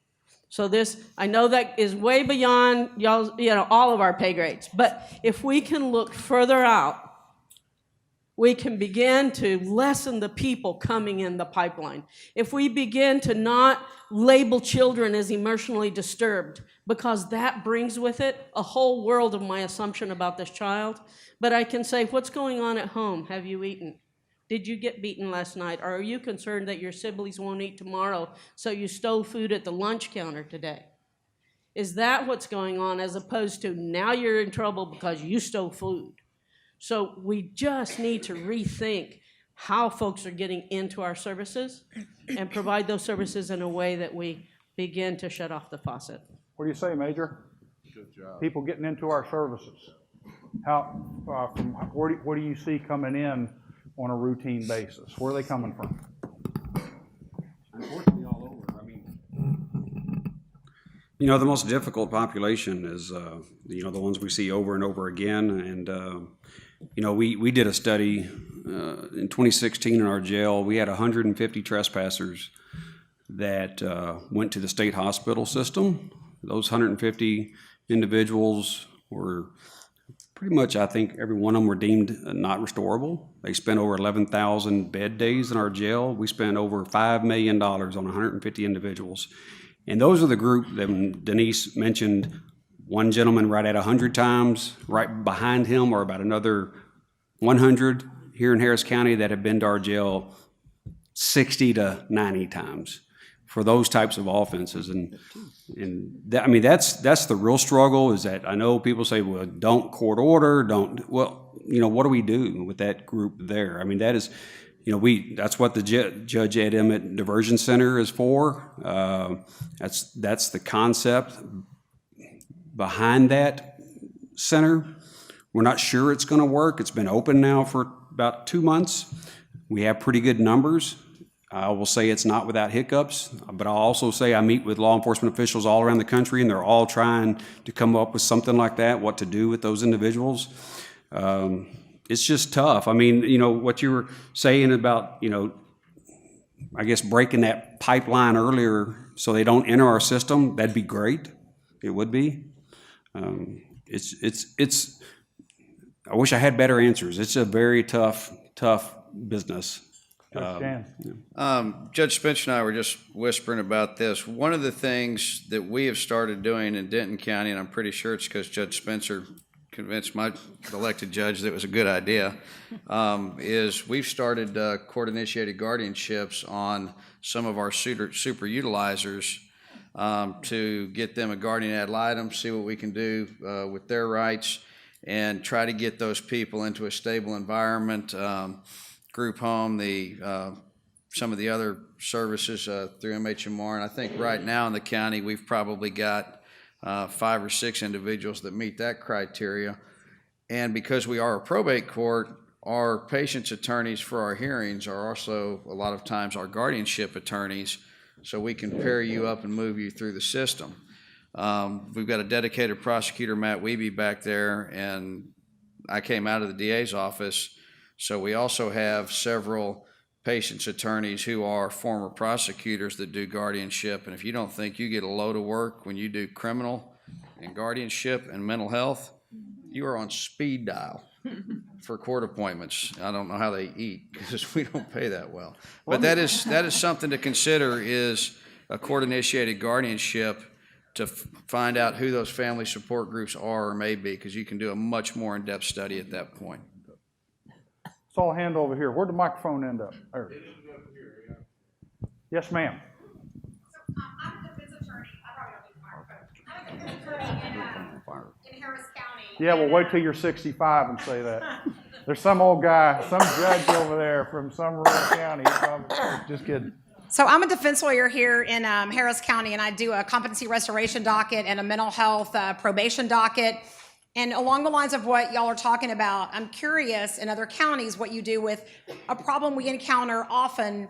The number one barrier that we find, and I think Denise would also agree, is is housing for our folks, right? So we can connect folks to services. We got great resources with the Harris Center to do that. We've got CSCD resources. We've got a great team. But people have to have some place to lay their head at night and where to eat their meals, or all the rest of it just doesn't work. And we found that in our CTI mental health probation docket, our recidivism numbers are probably 5% relative to other probation programs. So we can take folks that are normally mental health probationers that in any other context would fail at a very high rate, and they're very successful going through our program if we can find them someplace to live. So the folks that we can connect with housing, if they've ever had SSI or SSDI, great. But a lot of our folks have been hospitalized for more than a year, so of course they've lost all benefits. We have to reconnect them. As almost a lot of you know, SSI system's a little cumbersome to work with at times, and so we have folks that go through the appeals process. But a lot of our folks have been so disconnected from family for so long, they're alone. They don't have any family to draw upon. So that's the resource and the piece of it that I would love to see other thoughts. I'd love to see legislatively if we could figure out some sort of transitional housing solution. If there are, I'd love to see if the Ed Emmett Center has some beds we could tap into, maybe. But just our folks that, we try to bring folks back from the state hospital that are either restored or non-restorable without having them touch the jail. That's something we've done successfully with a few clients, mostly non-restorable clients, but only if we've got a place for them to go. We have guardianship that we pursue as well. That's a longer term process in Harris County. It takes a while, usually a couple of years to get through that, so that's not a quick solution. So if anybody has thoughts, resources, ideas, love to hear them, how you find that place in the system. Yeah, and I will say that there have been a number of advisory bodies at the state level that are looking into housing. The Behavioral Health Advisory Council actually has a housing subcommittee that has made several recommendations to address some gaps in housing, not only to the Executive Commissioner for the Health and Human Services Commission, but also the legislature. This has been a topic of conversation in the Joint Committee on Access and Forensic Services, the Texas Statewide Behavioral Health Coordinating Council, et cetera. So I do think that there have been a number of interim charges that have caused agencies to take a look at housing. And then I also think that there are a number of advisory bodies that have put forth some recommendations that may be carried forward in the upcoming session. And, you know, I've seen in a number of communities, and this isn't not necessarily an answer to your question, but I've just seen in my human sex trafficking group, we've been twice to make presentations in Oklahoma, two relatively small areas that I was surprised that they felt they had a big enough human trafficking problem, but they assured us they did. But two, in each case, somebody in the community stepped up and opened up a home. And so, you know, somebody's got to step forward and be a champion on occasion. That's maybe not going to be the solution for your community, but I mean, we always have to think outside of the box. Now I'll invite, I'll first toss it to the panel, but then I'll entertain a few comments from the question about the the not competent low-level offender and not likely to ever be competent low-level offender. What do you do with that person? Let's turn it over here. Thoughts? You have a right to not remain silent. Anything you say might be used by other people. That could be one of those individuals, Judge Carr, to look at and see if they meet that guardianship criteria. But so what does a guardianship do, though? What would a guardian, because I'm not really sure what a guardianship does for that offender. I mean, the guardian doesn't force the meds. If I could give the example, I mean, back to that center we just opened. It's the first one in the country like it. It's the first center like that in the country, and that's exactly who we have identified. These are people that pretty much, and I hate, don't mean to offend anybody, but back in the day, they would have lived in an institution. They would have been taken care of. They're wandering our streets. They're getting picked up constantly. They're getting put in jail. We don't want to put them in jail anymore, so we're trying something different. But when we get them to the center, they're very ill. We have money. Believe it or not, we have the state, thankfully to the state, we have money for this. We have housing. They don't want it. I mean, they flat out tell us they don't want to stay. Some will stay for 30 minutes, some will stay for 12 days. And then they want to go back and hang out at the convenience store they like or the bus station, and the officers pick them up again. And they're still just as psychotic as they were when we picked them up the last time. And that's just the reality. And that's not Houston. That's every law enforcement agency around the country dealing with that situation. And what do you do? I mean, guardianship sounds great. How do you put a person like that on guardianship? We can't even get them to stay in there and have dinner. We offer them dinner. Stay here and talk to us, just so we don't have to arrest you again 20 minutes from now. But that's the reality. And it's a tough population. And so what do you do with them? Let me recognize April Zamora from Takumi, the executive director.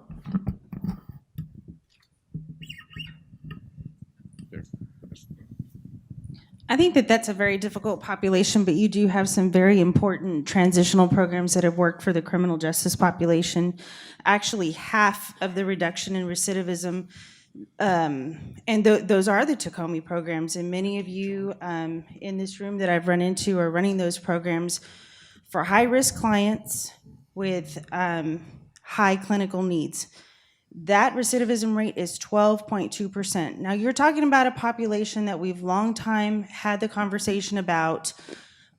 Those that are not guilty by reason of insanity are eligible for Takumi programs, but we now partner with Dr. Harvey, Trina Itta, and we talk about those programs and think about how do we do some sort of supervised release without taking total rights away and going into guardianship and things like that, and having some type of supervision, because when people come out as NGRI or not guilty by reason of insanity, they can come through a supervised release process through the CSCD and then partner with the local mental health authority and have people who actually they go to and they rely upon and get skill training, they get taught how to do their medication, and have supervised release and successful reentry, which is what the program was actually set up to do, which is a full release and continuity of care process.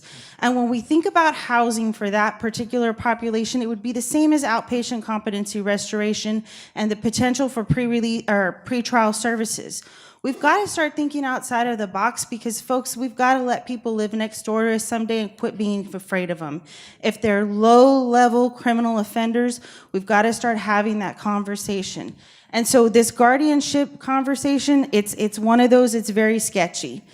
If they are low criminogenic risk, the more we supervise them and treat them like they're criminals, you're actually going to make them worse. So if they are actually high criminogenic risk, let's start having the conversation about supervising them and pairing them with the criminal justice entity that can deal with their criminogenic risk, and then put them with the LMHA partners who are trained to pair with the criminal justice partnership and actually deal with that. But the guardianship conversation, that's a dangerous, sketchy road. Sheriff Christopher Kirk in the Brazos Valley has a team that goes out with their LMHA. They knock on doors to people that aren't showing up after appointments after they've had an intervention the night before, but they don't just follow them the next day. They go out sometimes 3 days thereafter, but they've dedicated a very few amount of deputies to do that. But the criminal justice partners are getting to know who's in their community. That's why people aren't afraid when they show up to their houses. But we've got to have a different conversation every single day about how people perceive law enforcement entities in their neighborhood. So every time we continue to talk about this guardianship, people in this whole room are going to continue to get scared. And that's all I have to say. Before the mic comes forward, let me let it go back. Mr. Heddens, if you'll raise your hand, please. This is Ramey Heddens from Tarrant County. He's our local mental health authority's behavioral services director. I'm sure I'm butchering your title. Okay. But if you could give us a short overview of a program that you started, I believe in 2015. It's called the Enhanced Mental Health Services Docket, that was designed to deal with some really tough customers at the low-level offender, and kind of tell us what that's been achieving. Well, thanks to Judge Carr, we were able to have this docket, Enhanced Mental Health Services docket, where we identified individuals who had 2 or more arrests in a given year. There were individuals with mental health, who had identified mental health issues, targeted those individuals, directed them to a docket run by Judge, all of a sudden I'm going to... Webb, thank you.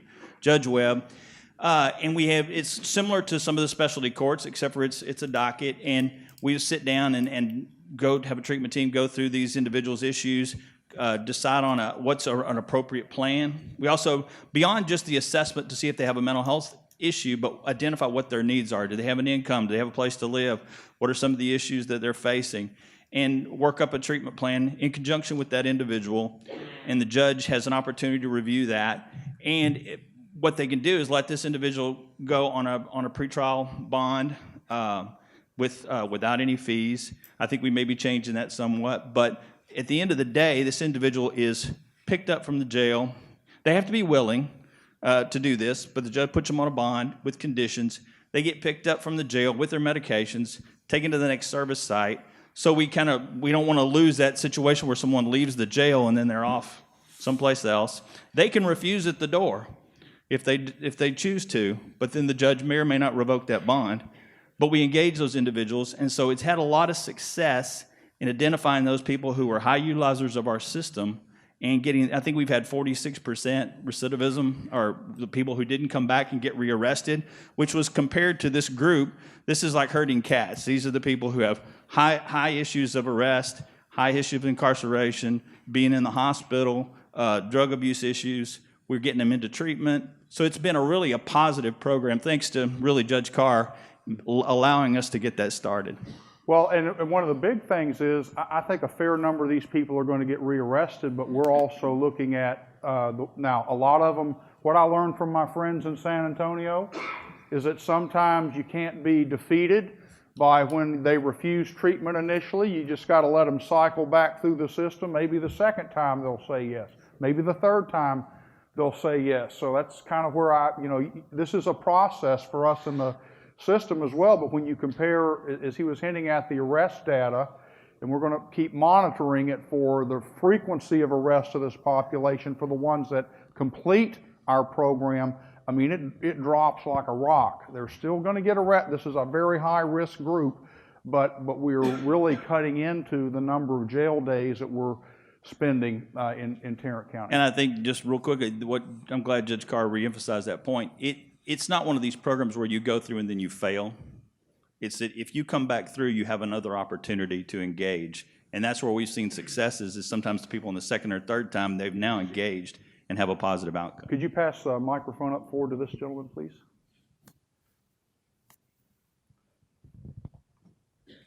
Yes, sir. Thanks. And I think that this discussion gets to a question that I've had for a long time. We can't do anything about the competency criteria because the Supreme Court set those. But should we be institutionalizing non-dangerous persons for competency restoration? Wouldn't it be better to have a dangerousness standard if you're going to stick them in the hospital? Because it seems like for those people that are non-dangerous, we'd be just as well handling it on an outpatient basis. And it is just an observation. Answer it if you want, but I don't get why we're hospitalizing people who aren't dangerous. Well, inertia is a powerful force, but there's a hand that was at this next table.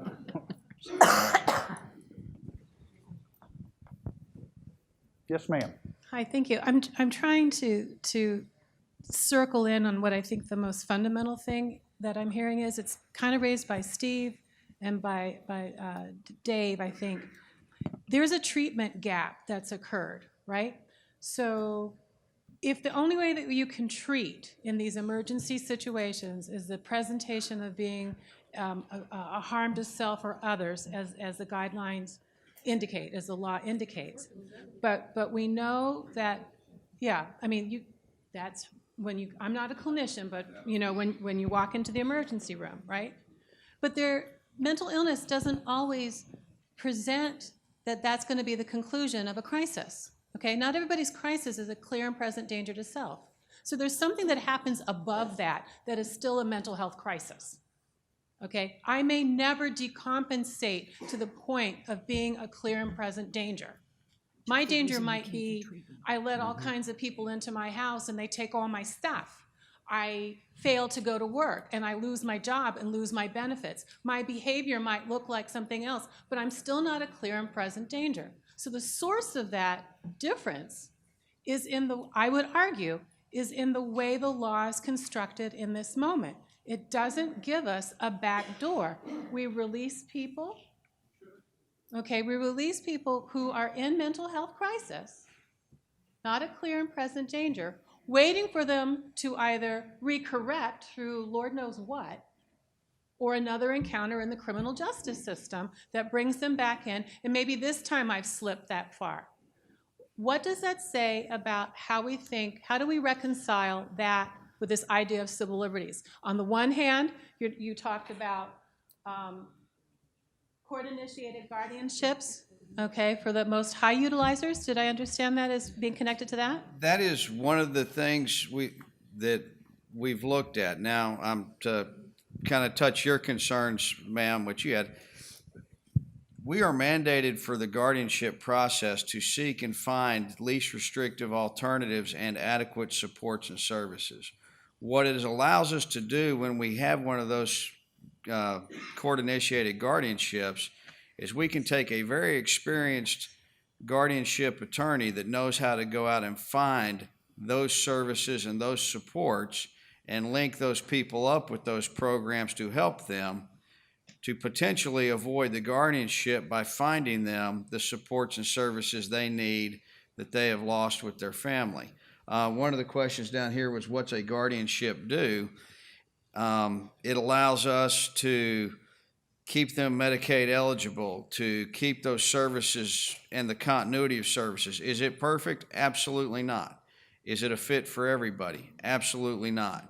However, there are some of those people that just having kind of like a CASA representative in a CPS case, have somebody to be their advocate has become really helpful. One of the programs that our MHMR has instituted is kind of, and I believe Bexar County does this as well, is they've got a liaison that goes out into the community to those super utilizers and just talks to them. Hey, are you on your meds? Are you doing your stuff? And we're working with our CIT team to kind of expand how we do that as a search for a best practice. But just having someone who can go knock on that door of those, and I'm sure the super utilizers is not the politically correct term, but I apologize, is to try and maintain that continuity with a friendly face to remove the adversarial nature of the involuntary mental health system. Tarrant County, Judge Carr, their probate court has implemented an assisted outpatient treatment program using a SAMHSA grant, and I would love to tell you all about it, but I just found out about it 3 weeks ago, and I don't go down to meet with Judge McGowan and Judge Kelly on that for another couple of weeks. So if there's somebody from Tarrant County, there you are. I've been looking for you all day. So, but and that's something we're really curious about. Can I just tack onto that? I described this entire process earlier today as a balloon squeezing process, because we started here on jail diversion, intercept. How do we move people out of that? But when we squeeze that balloon, it's going to make this other one larger. But much of what we are hearing from a lot of these different people is, what can we do in the community outside of jail to try and provide resources? And the Fannin County judge over there talked about the collaborative nature of their meetings. We've had that in Bexar County for a long time, and I'm sure lots of you all have that in a lot of different counties.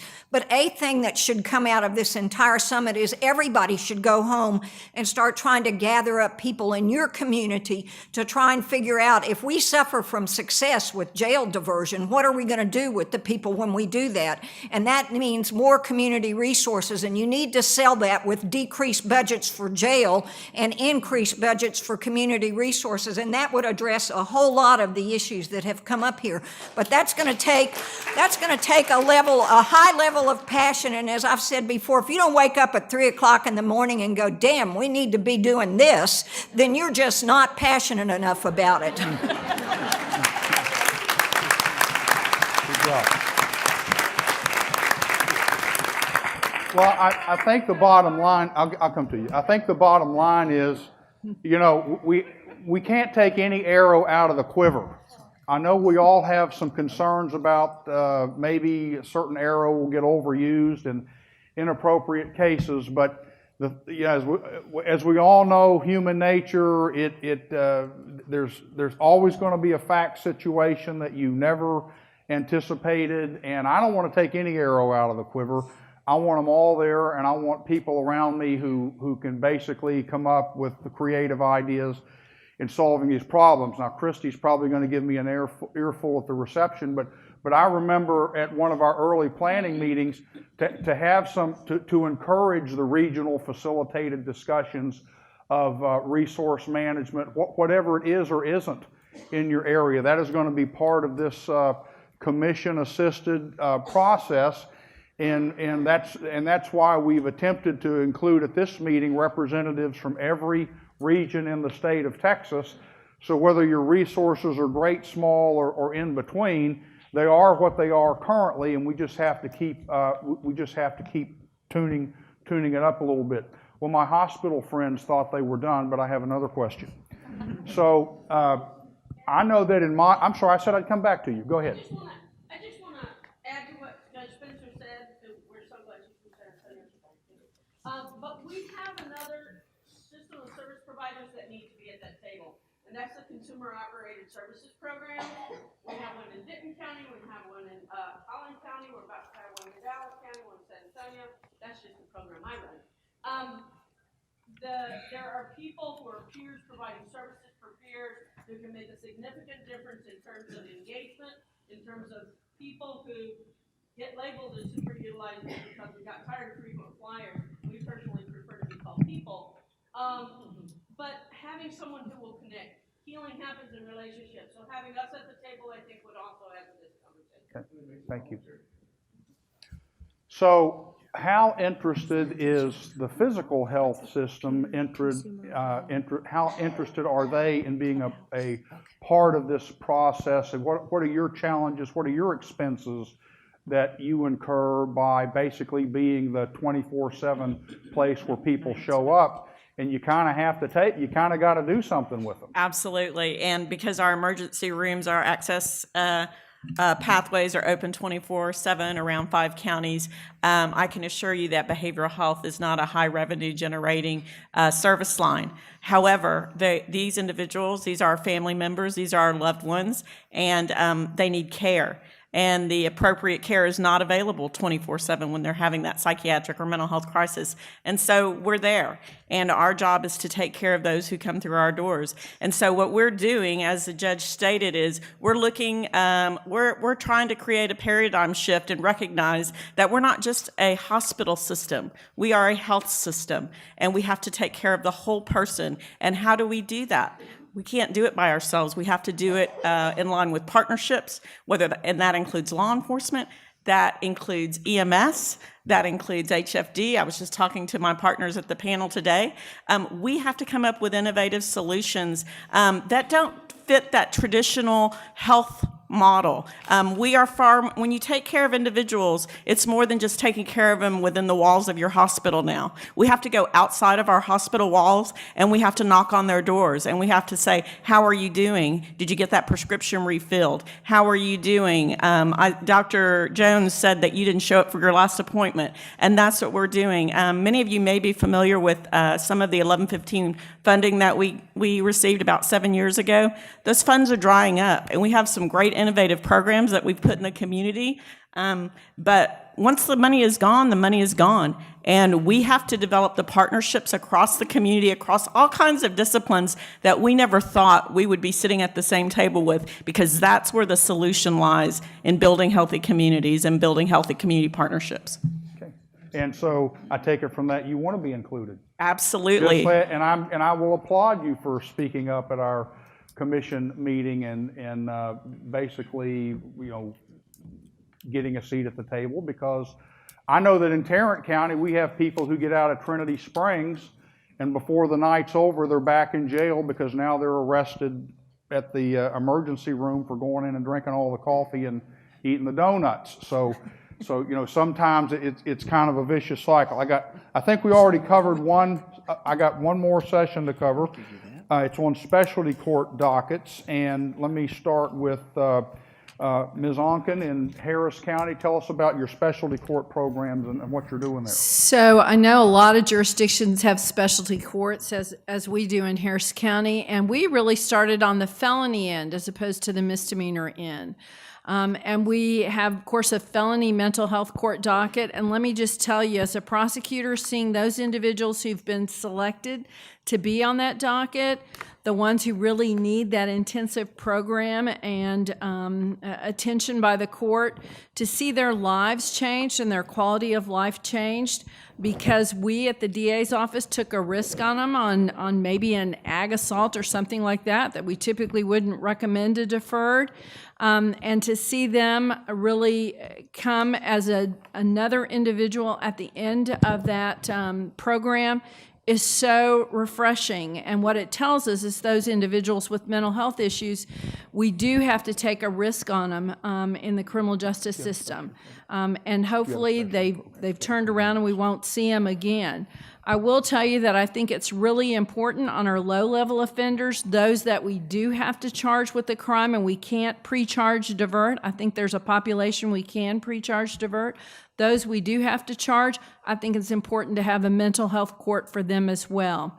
Because I don't think we need to spend the resources necessarily if they are incompetent to send them to state hospital. I think that there are other things that need to be done with them, whether that's a pretrial intervention or something that the court can do to help them move on forward in their life. And if they can't plead on their criminal case, then maybe there's a way to hook that up with some type of assisted outpatient treatment on the civil side. I think we have to be super, super creative. But let me just tell you, the competency restoration dockets that we certainly have seen on the felony side have made a world of difference, especially in large jurisdictions where we have so many courts, and it's hard for every judge and every prosecutor in every court and every defense lawyer to know those intricacies of competency law. It's real important to have those specialized dockets, and I see that we are handling those cases much better. And so I would just encourage those of you who have not moved forward, as Judge Carr has, with a lot of specialty court dockets. I mean, we have the vet court docket, and when I would encourage you to do that. I will tell you that we can't handle everyone on those dockets, but those individuals that we do handle, I see a quality of life change in them, and I think that is so, so important, because if they are involved in the criminal justice system, I think we have a responsibility to make sure that we are rehabilitating them to the sense we can, and making sure that their mental health needs are met. Thank you. Let me move southwest. Right, southwest, sort of, to Uvalde, and hear what's going on in a less populated area. Well, we have a mental health specialty court. It's post-adjudication felony court, and we've been working with clients for about 5 years now, and we do it on a shoestring. The only grant-funded or person that's participates in the court program that's not already paid just by virtue of the job that they do is our mental health caseworker. And we meet every other week. We staff cases. And the good thing about, so if you think you don't have the money to do it, you do have the money to do it. You can do it if you set aside the time and get the people involved and talk about it. And she is right, you can make changes in people's lives. Ours are felony clients, and it's very rewarding to see that if you give them the time and the attention and focus on their problems and solutions to their problems, you can make a change in people's lives. There are things in the community that you may be unaware of that you can access. There are recovery programs that are operated at various churches. Open Table, I don't know if anyone has heard about Open Table. That's an excellent program. I Google it. It is a program that provides ongoing care for people that are graduating from specialty courts that make perfect candidates for those kind of things. Our domestic violence programs also work closely with us. One of the things that I think you can do is be creative and reach out and collaborate. So I would encourage you, if you have any questions, if you are out there in a rural jurisdiction, come and talk to me. I'd be happy to tell you what our experience has been. We're still learning on a day in, day out basis. One of the things I think was the most eye-opening to me was the barriers that people face, especially if you have a felony conviction, to housing. There's no transportation in rural areas. If someone has a mental health issue and they want treatment, they go in and they're not already accepted into that program, they go in and sit in the office all day. And that's hard enough for someone who doesn't have mental health issues. And if you have a mental health issue, to sit there all day to wait for your name to be called is not really a realistic expectation in my view. So there are barriers out there, but there are also solutions to those problems. And if you get together and you meet and you collaborate, you can achieve those goals. And one of the things I think you need to focus on and that I had to learn is I need to look at what their goals are, not what my goals are for them. And sometimes their goals are different than my goals. But if their goals keep them safe and out of the criminal justice system and functioning in society, then I'm going with their goals. That's a good job. Thank you. The teams that I've worked with in establishing the programs that I've had the pleasure, we didn't have any money. We didn't start a single program with any money. Now, I will say that every place has its own dynamics. We had a local mental health authority that was busting at the seams to be more active within the local criminal justice system. So that was a big benefit for us right there. And I understand that not every region is that. And we also have like Judge Ann Collins here from the city of Fort Worth. And you know, at the municipal level, like there are other representatives in the room are also working. You know, we're trying to make information flowing up and down, left and right, wherever we can. Judge Nelson, I believe you have some programs in your area.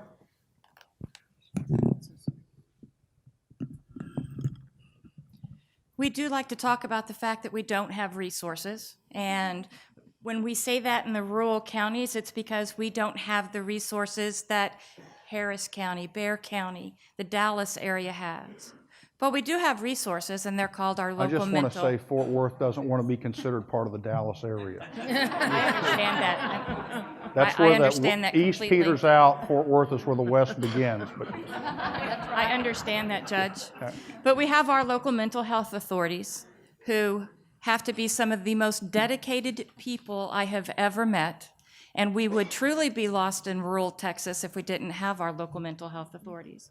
I have been told no by my local mental health authority on numerous occasions, but it's always followed with, but Judge, we can do this. It may not be what I want. You say it's not what we want or what we might identify as being the need, but they always follow up with, but we can try this.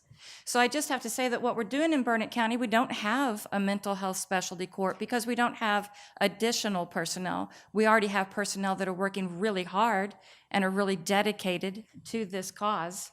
And so we have a monthly meeting, and it's representatives from the local mental health authority, our prosecutors, our defense counsel, our magistrate, and our mental health deputy, who our mental health deputy, we only have one right now. We might get two in the future.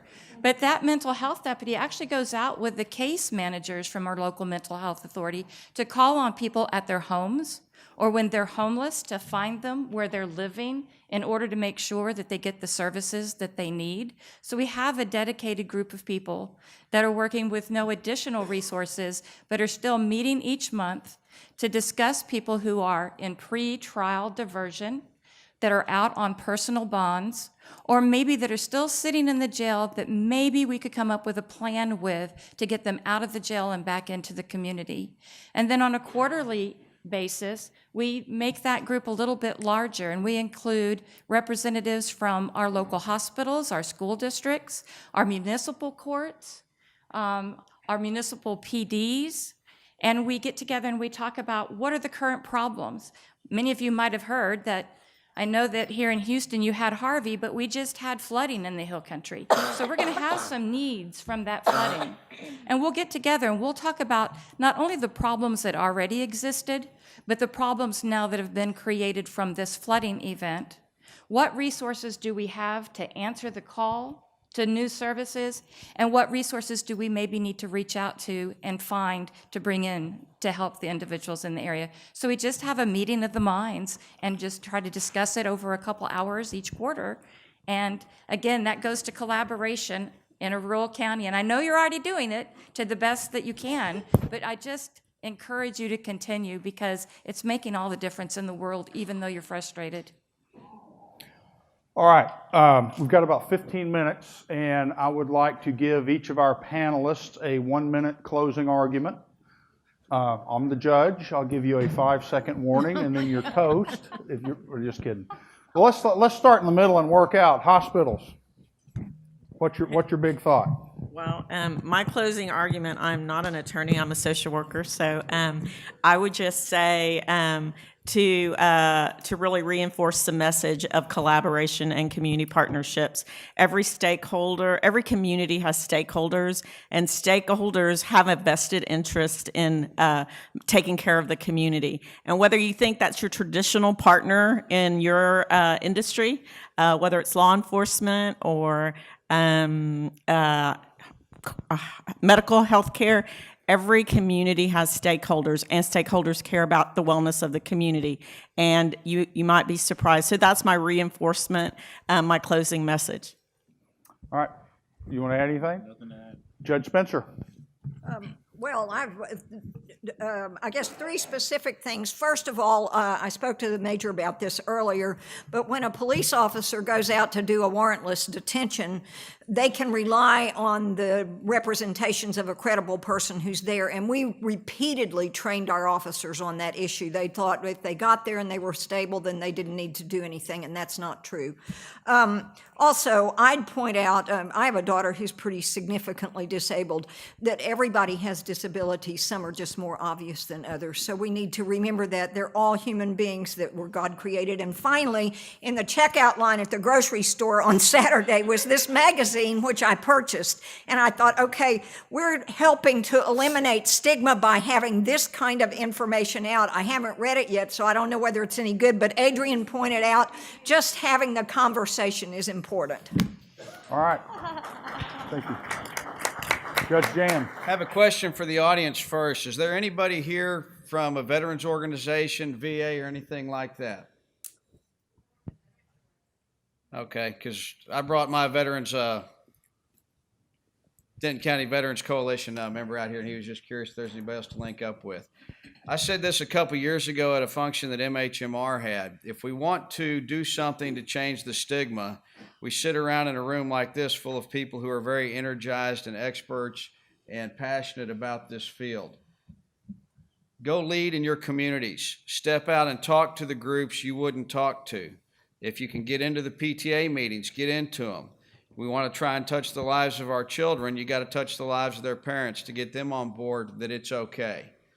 Denial and aversion to seeking treatment is not good. It's why a lot of this ends up in this room.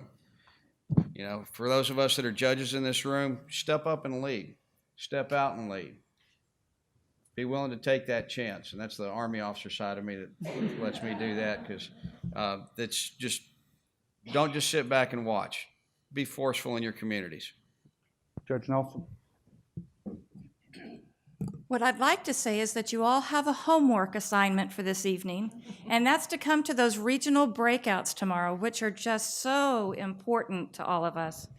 Come with what you think is a best practice in your organization or your county, and also come with the problem that you would like to see solved as quickly as possible, so that we'll have some dialogue when we're meeting in those breakouts for some things that we can actually gather information on, and then perhaps present to the commission overall and work on in the near future. Ms. Oncken. So certainly from the prosecution realm, I think the main thing for prosecutors in the room and certainly across the state and the country is we've got to be innovative and creative in handling those individuals who previously we have put in our county jails for crimes. We've got to make sure that the public is safe, but we have to stop criminalizing mental health. It's a public health concern. We have to get away from our jails being our largest mental health facility that we work with and deal with. So we've got to collaborate with all our partners have new ideas. Years ago, we would have never thought that we would pre-charge divert anyone in Harris County. But I will tell you, it's so important to collaborate and be innovative and creative. Judge Cacciotti. If you do not have the resources or the ability to start specialty courts, at least try to start off with dockets. Just to echo what others have said, it really does change lives. And my first experience and what really started to change my perception in dealing with individuals who had come through the criminal justice system was as a prosecutor, and I was assigned and had the privilege to serve as the prosecutor for the mental health diversion program. And that really started to change the way I was looking at these cases and the way I was treating them. And again, to echo some of that is these programs focus more on treatment and recovery. They're not looking at these folks for what crime did you commit. It's what can we do to help you recover and keep you out of the criminal justice system. And so even if you just have to start off with a docket or monthly staffings, as some folks have suggested, it's a place to start. And so I would suggest you do that. Major. I would just say, sometimes you have to be careful what you ask for. This last legislative session, it's fantastic that we now mandate crisis intervention training for all peace officers in the state of Texas. But if you're going to train officers at that level and direct them to divert, you have to give them a place to divert to.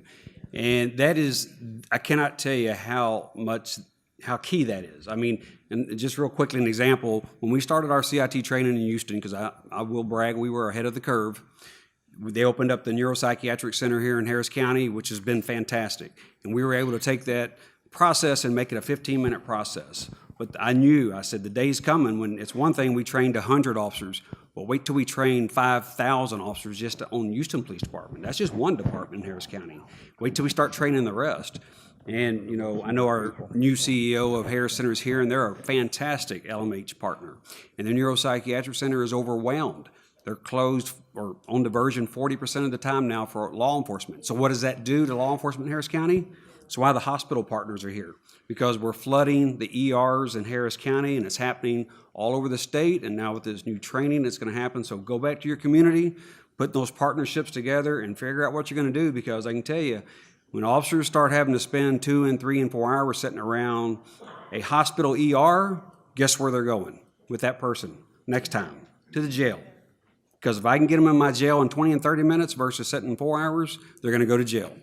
And that's not because the officer's mean-hearted. It's just because we have to go out there and be police officers and protect the public and not sit in emergency rooms for our entire shift. So that's just my 2 cents on that. The training's great, but be prepared and provide the law enforcement the facilities to divert people to. Thank you, Major. When I announced everybody was going to give their closing thought, I saw a bunch of pins fly up. I thought I was Alex Trebek at Jeopardy. But anyway, Ms. Kennedy, to get us back to some balance. Well, you never can necessarily count on that from me. First of all, I want to say every gap is an opportunity. I think we have to be absolutely fearless about where the brokenness is, where the broken pieces are. I think every time somebody mentions what's not working, that should be a big red neon sign of opportunity and possibility and step forward. We cannot shrink from the kinds of things that show us where the gaps and where the failures are, because those failures cost lives. They cost my son's life. I look at that sequential intercept and I see 15 places on about every one of those intercepts that could have been different, okay? But by the same token, I also know the courageous people that stood with me, that stood with us, that stood with my son, that stood with my husband.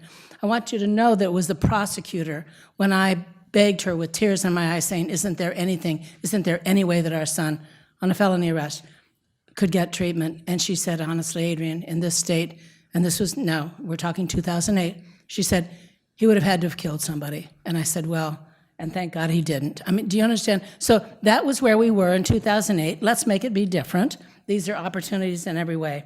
The system is not broken, as Andy said. It's really never been created.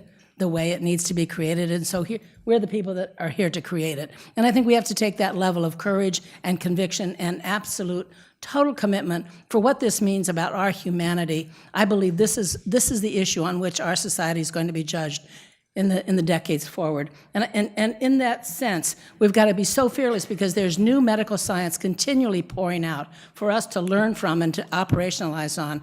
And that science is going to be there, but if we don't bring our communities along to understand these as biological brain disorders, as brain changes, as physical and brain disorders, then we won't even be appropriating those facilities and opportunities possibly that they should be. So advances are on the way. We've got to create the community to accept them and to operationalize them. And I am so grateful to be part of this conversation. But gaps are important to recognize. Those are our opportunities to solve and bring forward. Thank you so much.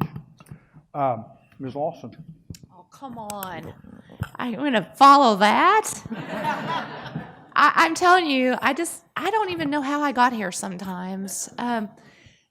And I don't mean physically here, but just at this point in time, to be with Adrienne and Justice Boyce, and I just really count myself as lucky. And you might talk to me later about where I think that comes from, but I don't know what to say. I don't have anything wise or impeccable to impart. I will tell you that most of us get up every day trying to do our best. Not really one of us gets up thinking that we're going to do a substandard job or that we're going to screw our community partners or that we're going to, not answer phone calls and that our emails are going to go in the inbox for hours and hours. Most of us do this because we either have a family member, a friend, a close relation, or who suffers from mental illness or from substance addiction or has an intellectual disability, or it's because we were raised in the system. I was a 1 year out of college person when I came to MHMR, and I tell the story of I came to MHMR looking for the state benefits. Yeah, MHMRs are not state agency. Yeah, but you can see 27 years later, there was something that held on to me, and it was the love and the support and the courage of not really the people that I work with every day, but people that they work with every day. And so I just encourage you to become educated about what the system is, and in particular, what the system isn't. A lot of the strain in our system comes from thinking the LMHA should do X, Y, Z, thinking that the judge should A, B, C, thinking that the jail should LMNOP. And it's all because in a system that's underfunded with resources, and that doesn't necessarily mean money, although, give me a break, money doesn't hurt, right? But when you have a health professional shortage area, when you can't get a nurse to stay with you longer than 6 months because they're going to leave for a quarter an hour, if you can't get a psychiatrist to come to West Texas for less than $300,000, resources come in all shapes and sizes. If you can realize that the resource strain in our system causes a lot of the problems and frustration, and it's really not an interpersonal failure or a lack of commitment on the other side of the table from you. So I encourage you to get to know one another, eat with one another, have breakfast with one another, go have drinks with one another, and realize that we're all in it together, and we're in it for the people who cannot help themselves. And so as Adrienne so adroitly said, this is how we will be judged, and how we help and support the least of these. And on any given day, it could be you. Thank you. Well said. Ms. Mitchell. Well, I think everybody has kind of summed it up quite a bit. I mean, I think that, yes, everybody here does have passion. We're all here to try to solve a problem. I think one of the big pieces that's missing here is the person, right? The person, the consumer themselves. And which I think I've tried to take on that role a little bit. But, we do need to solve this problem. there is the easy way, and well, not easy because that's why we're all here, but there is an easier way and a longer term, more difficult road to do, right? So, we can force everybody into some kind of service, some kind of institution, and find ways to do that, and they'll all be, locked away, and that will ultimately solve a big part of this issue. Or we can look at the longer term that will really help and engage people in services, find out what the obstacles are for these individuals. What are the obstacles to them getting services? And what are the resources that we need to get them engaged? And yes, there will always be that small population that might not work for, but as much as we hear about it, that is a really small part of this population. The bigger part of people with mental illness do want services. They just can't get what they need, and they can't find it, and they can't get to it. And so I really, so a big part of this is, besides thinking about maybe what do we do right here and now, what do we do for the long term? How do we start to engage people? How do we ensure we don't bring up another population that's just going to end up in the criminal justice system? Thank you, Beth. Judge DuBose. Well, they've all made the point over and over in something that I was taught by Judge Jahn Spicia, who I've been very fortunate to work with since I was a baby attorney. And what he told me is that judges have the power to convene. And when you bring people to the table and you start to collaborate and discuss whatever the problem or the issue is, you can make changes, and small changes can have big results. So you all have the power to get together. We're not in this, I don't think anyone here is not going to go out on Tuesday and buy a lotto ticket, right? Because you're not making the big bucks. You're in this because you are passionate and you care about people. And so take that passion home and convene and collaborate and be creative. You can make big changes through small steps and build on those small steps, because every defendant that comes in front of me, I have learned, is a person that had things happen to them many times that were beyond their control. And when you hear their stories and you know what's going on in their individual lives, you can't help but want to take the steps, any step that you can, to improve their quality of life. And if you do that, then you improve the quality of life of everyone that they touch and the community as a whole. Thank you. Dr. Harvey. Well, I want to start by giving a shout out to Behavioral Health Center in Oasis County, because that is my home LMHA, being that I'm from Corpus Christi. Victoria, you're not being loud enough in the front seat. I just gave you a shout out.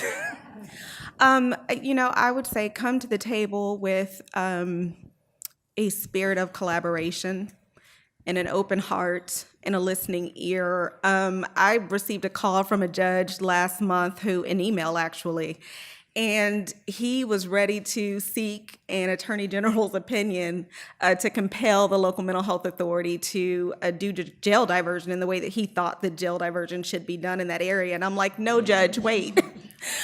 Don't compel him. Don't seek the opinion.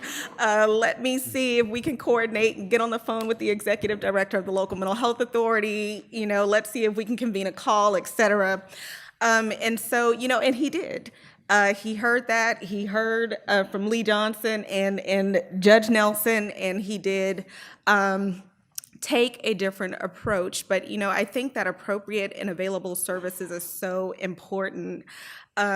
There's just not enough. There are great services that are able to be provided, but there are not enough. And so we need an expansion of outpatient mental health services to accommodate the influx. And to Anna Gray's point, if everybody just starts court ordering people to treatment, you're going to have a group of people that cannot get in, people that have been on wait lists and things of that nature waiting to access services. So that may not be the solution. So to remember appropriate and available services, keep your local mental health authorities in the loop when you're making decisions about treatment, particularly inpatient treatment. And I think that we probably in the future could all benefit from a presentation on the local authorities' function as the authority versus the provider. Because I think that is very important. They are the provider of last resort. They are supposed to be. That's what they were intended to be. So I think it is important that we talk about expanding provider networks. The local authorities cannot do it all, though they have a rich infrastructure that we want to continue to leverage. But I think there does need to be some level setting around their authority function versus their provider function. All right, ladies and gentlemen, that wraps up the panel presentation. I'll end the way I started. The answer is 21. You have to be 21. 21. Not right answer. 21. Age of drinking. Brain cells left, that's not it. All right, well, here it is. 21 is half of the number I started with, 42. All right. Judge Boyce. Thank you, Judge Carr, and thank you to our panelists. And thanks to everybody here. The discussion has been great, and it resumes tomorrow here in this room at 8:30 a.m., followed by the regional breakout sessions that are going to start at 9. A couple of final announcements for today.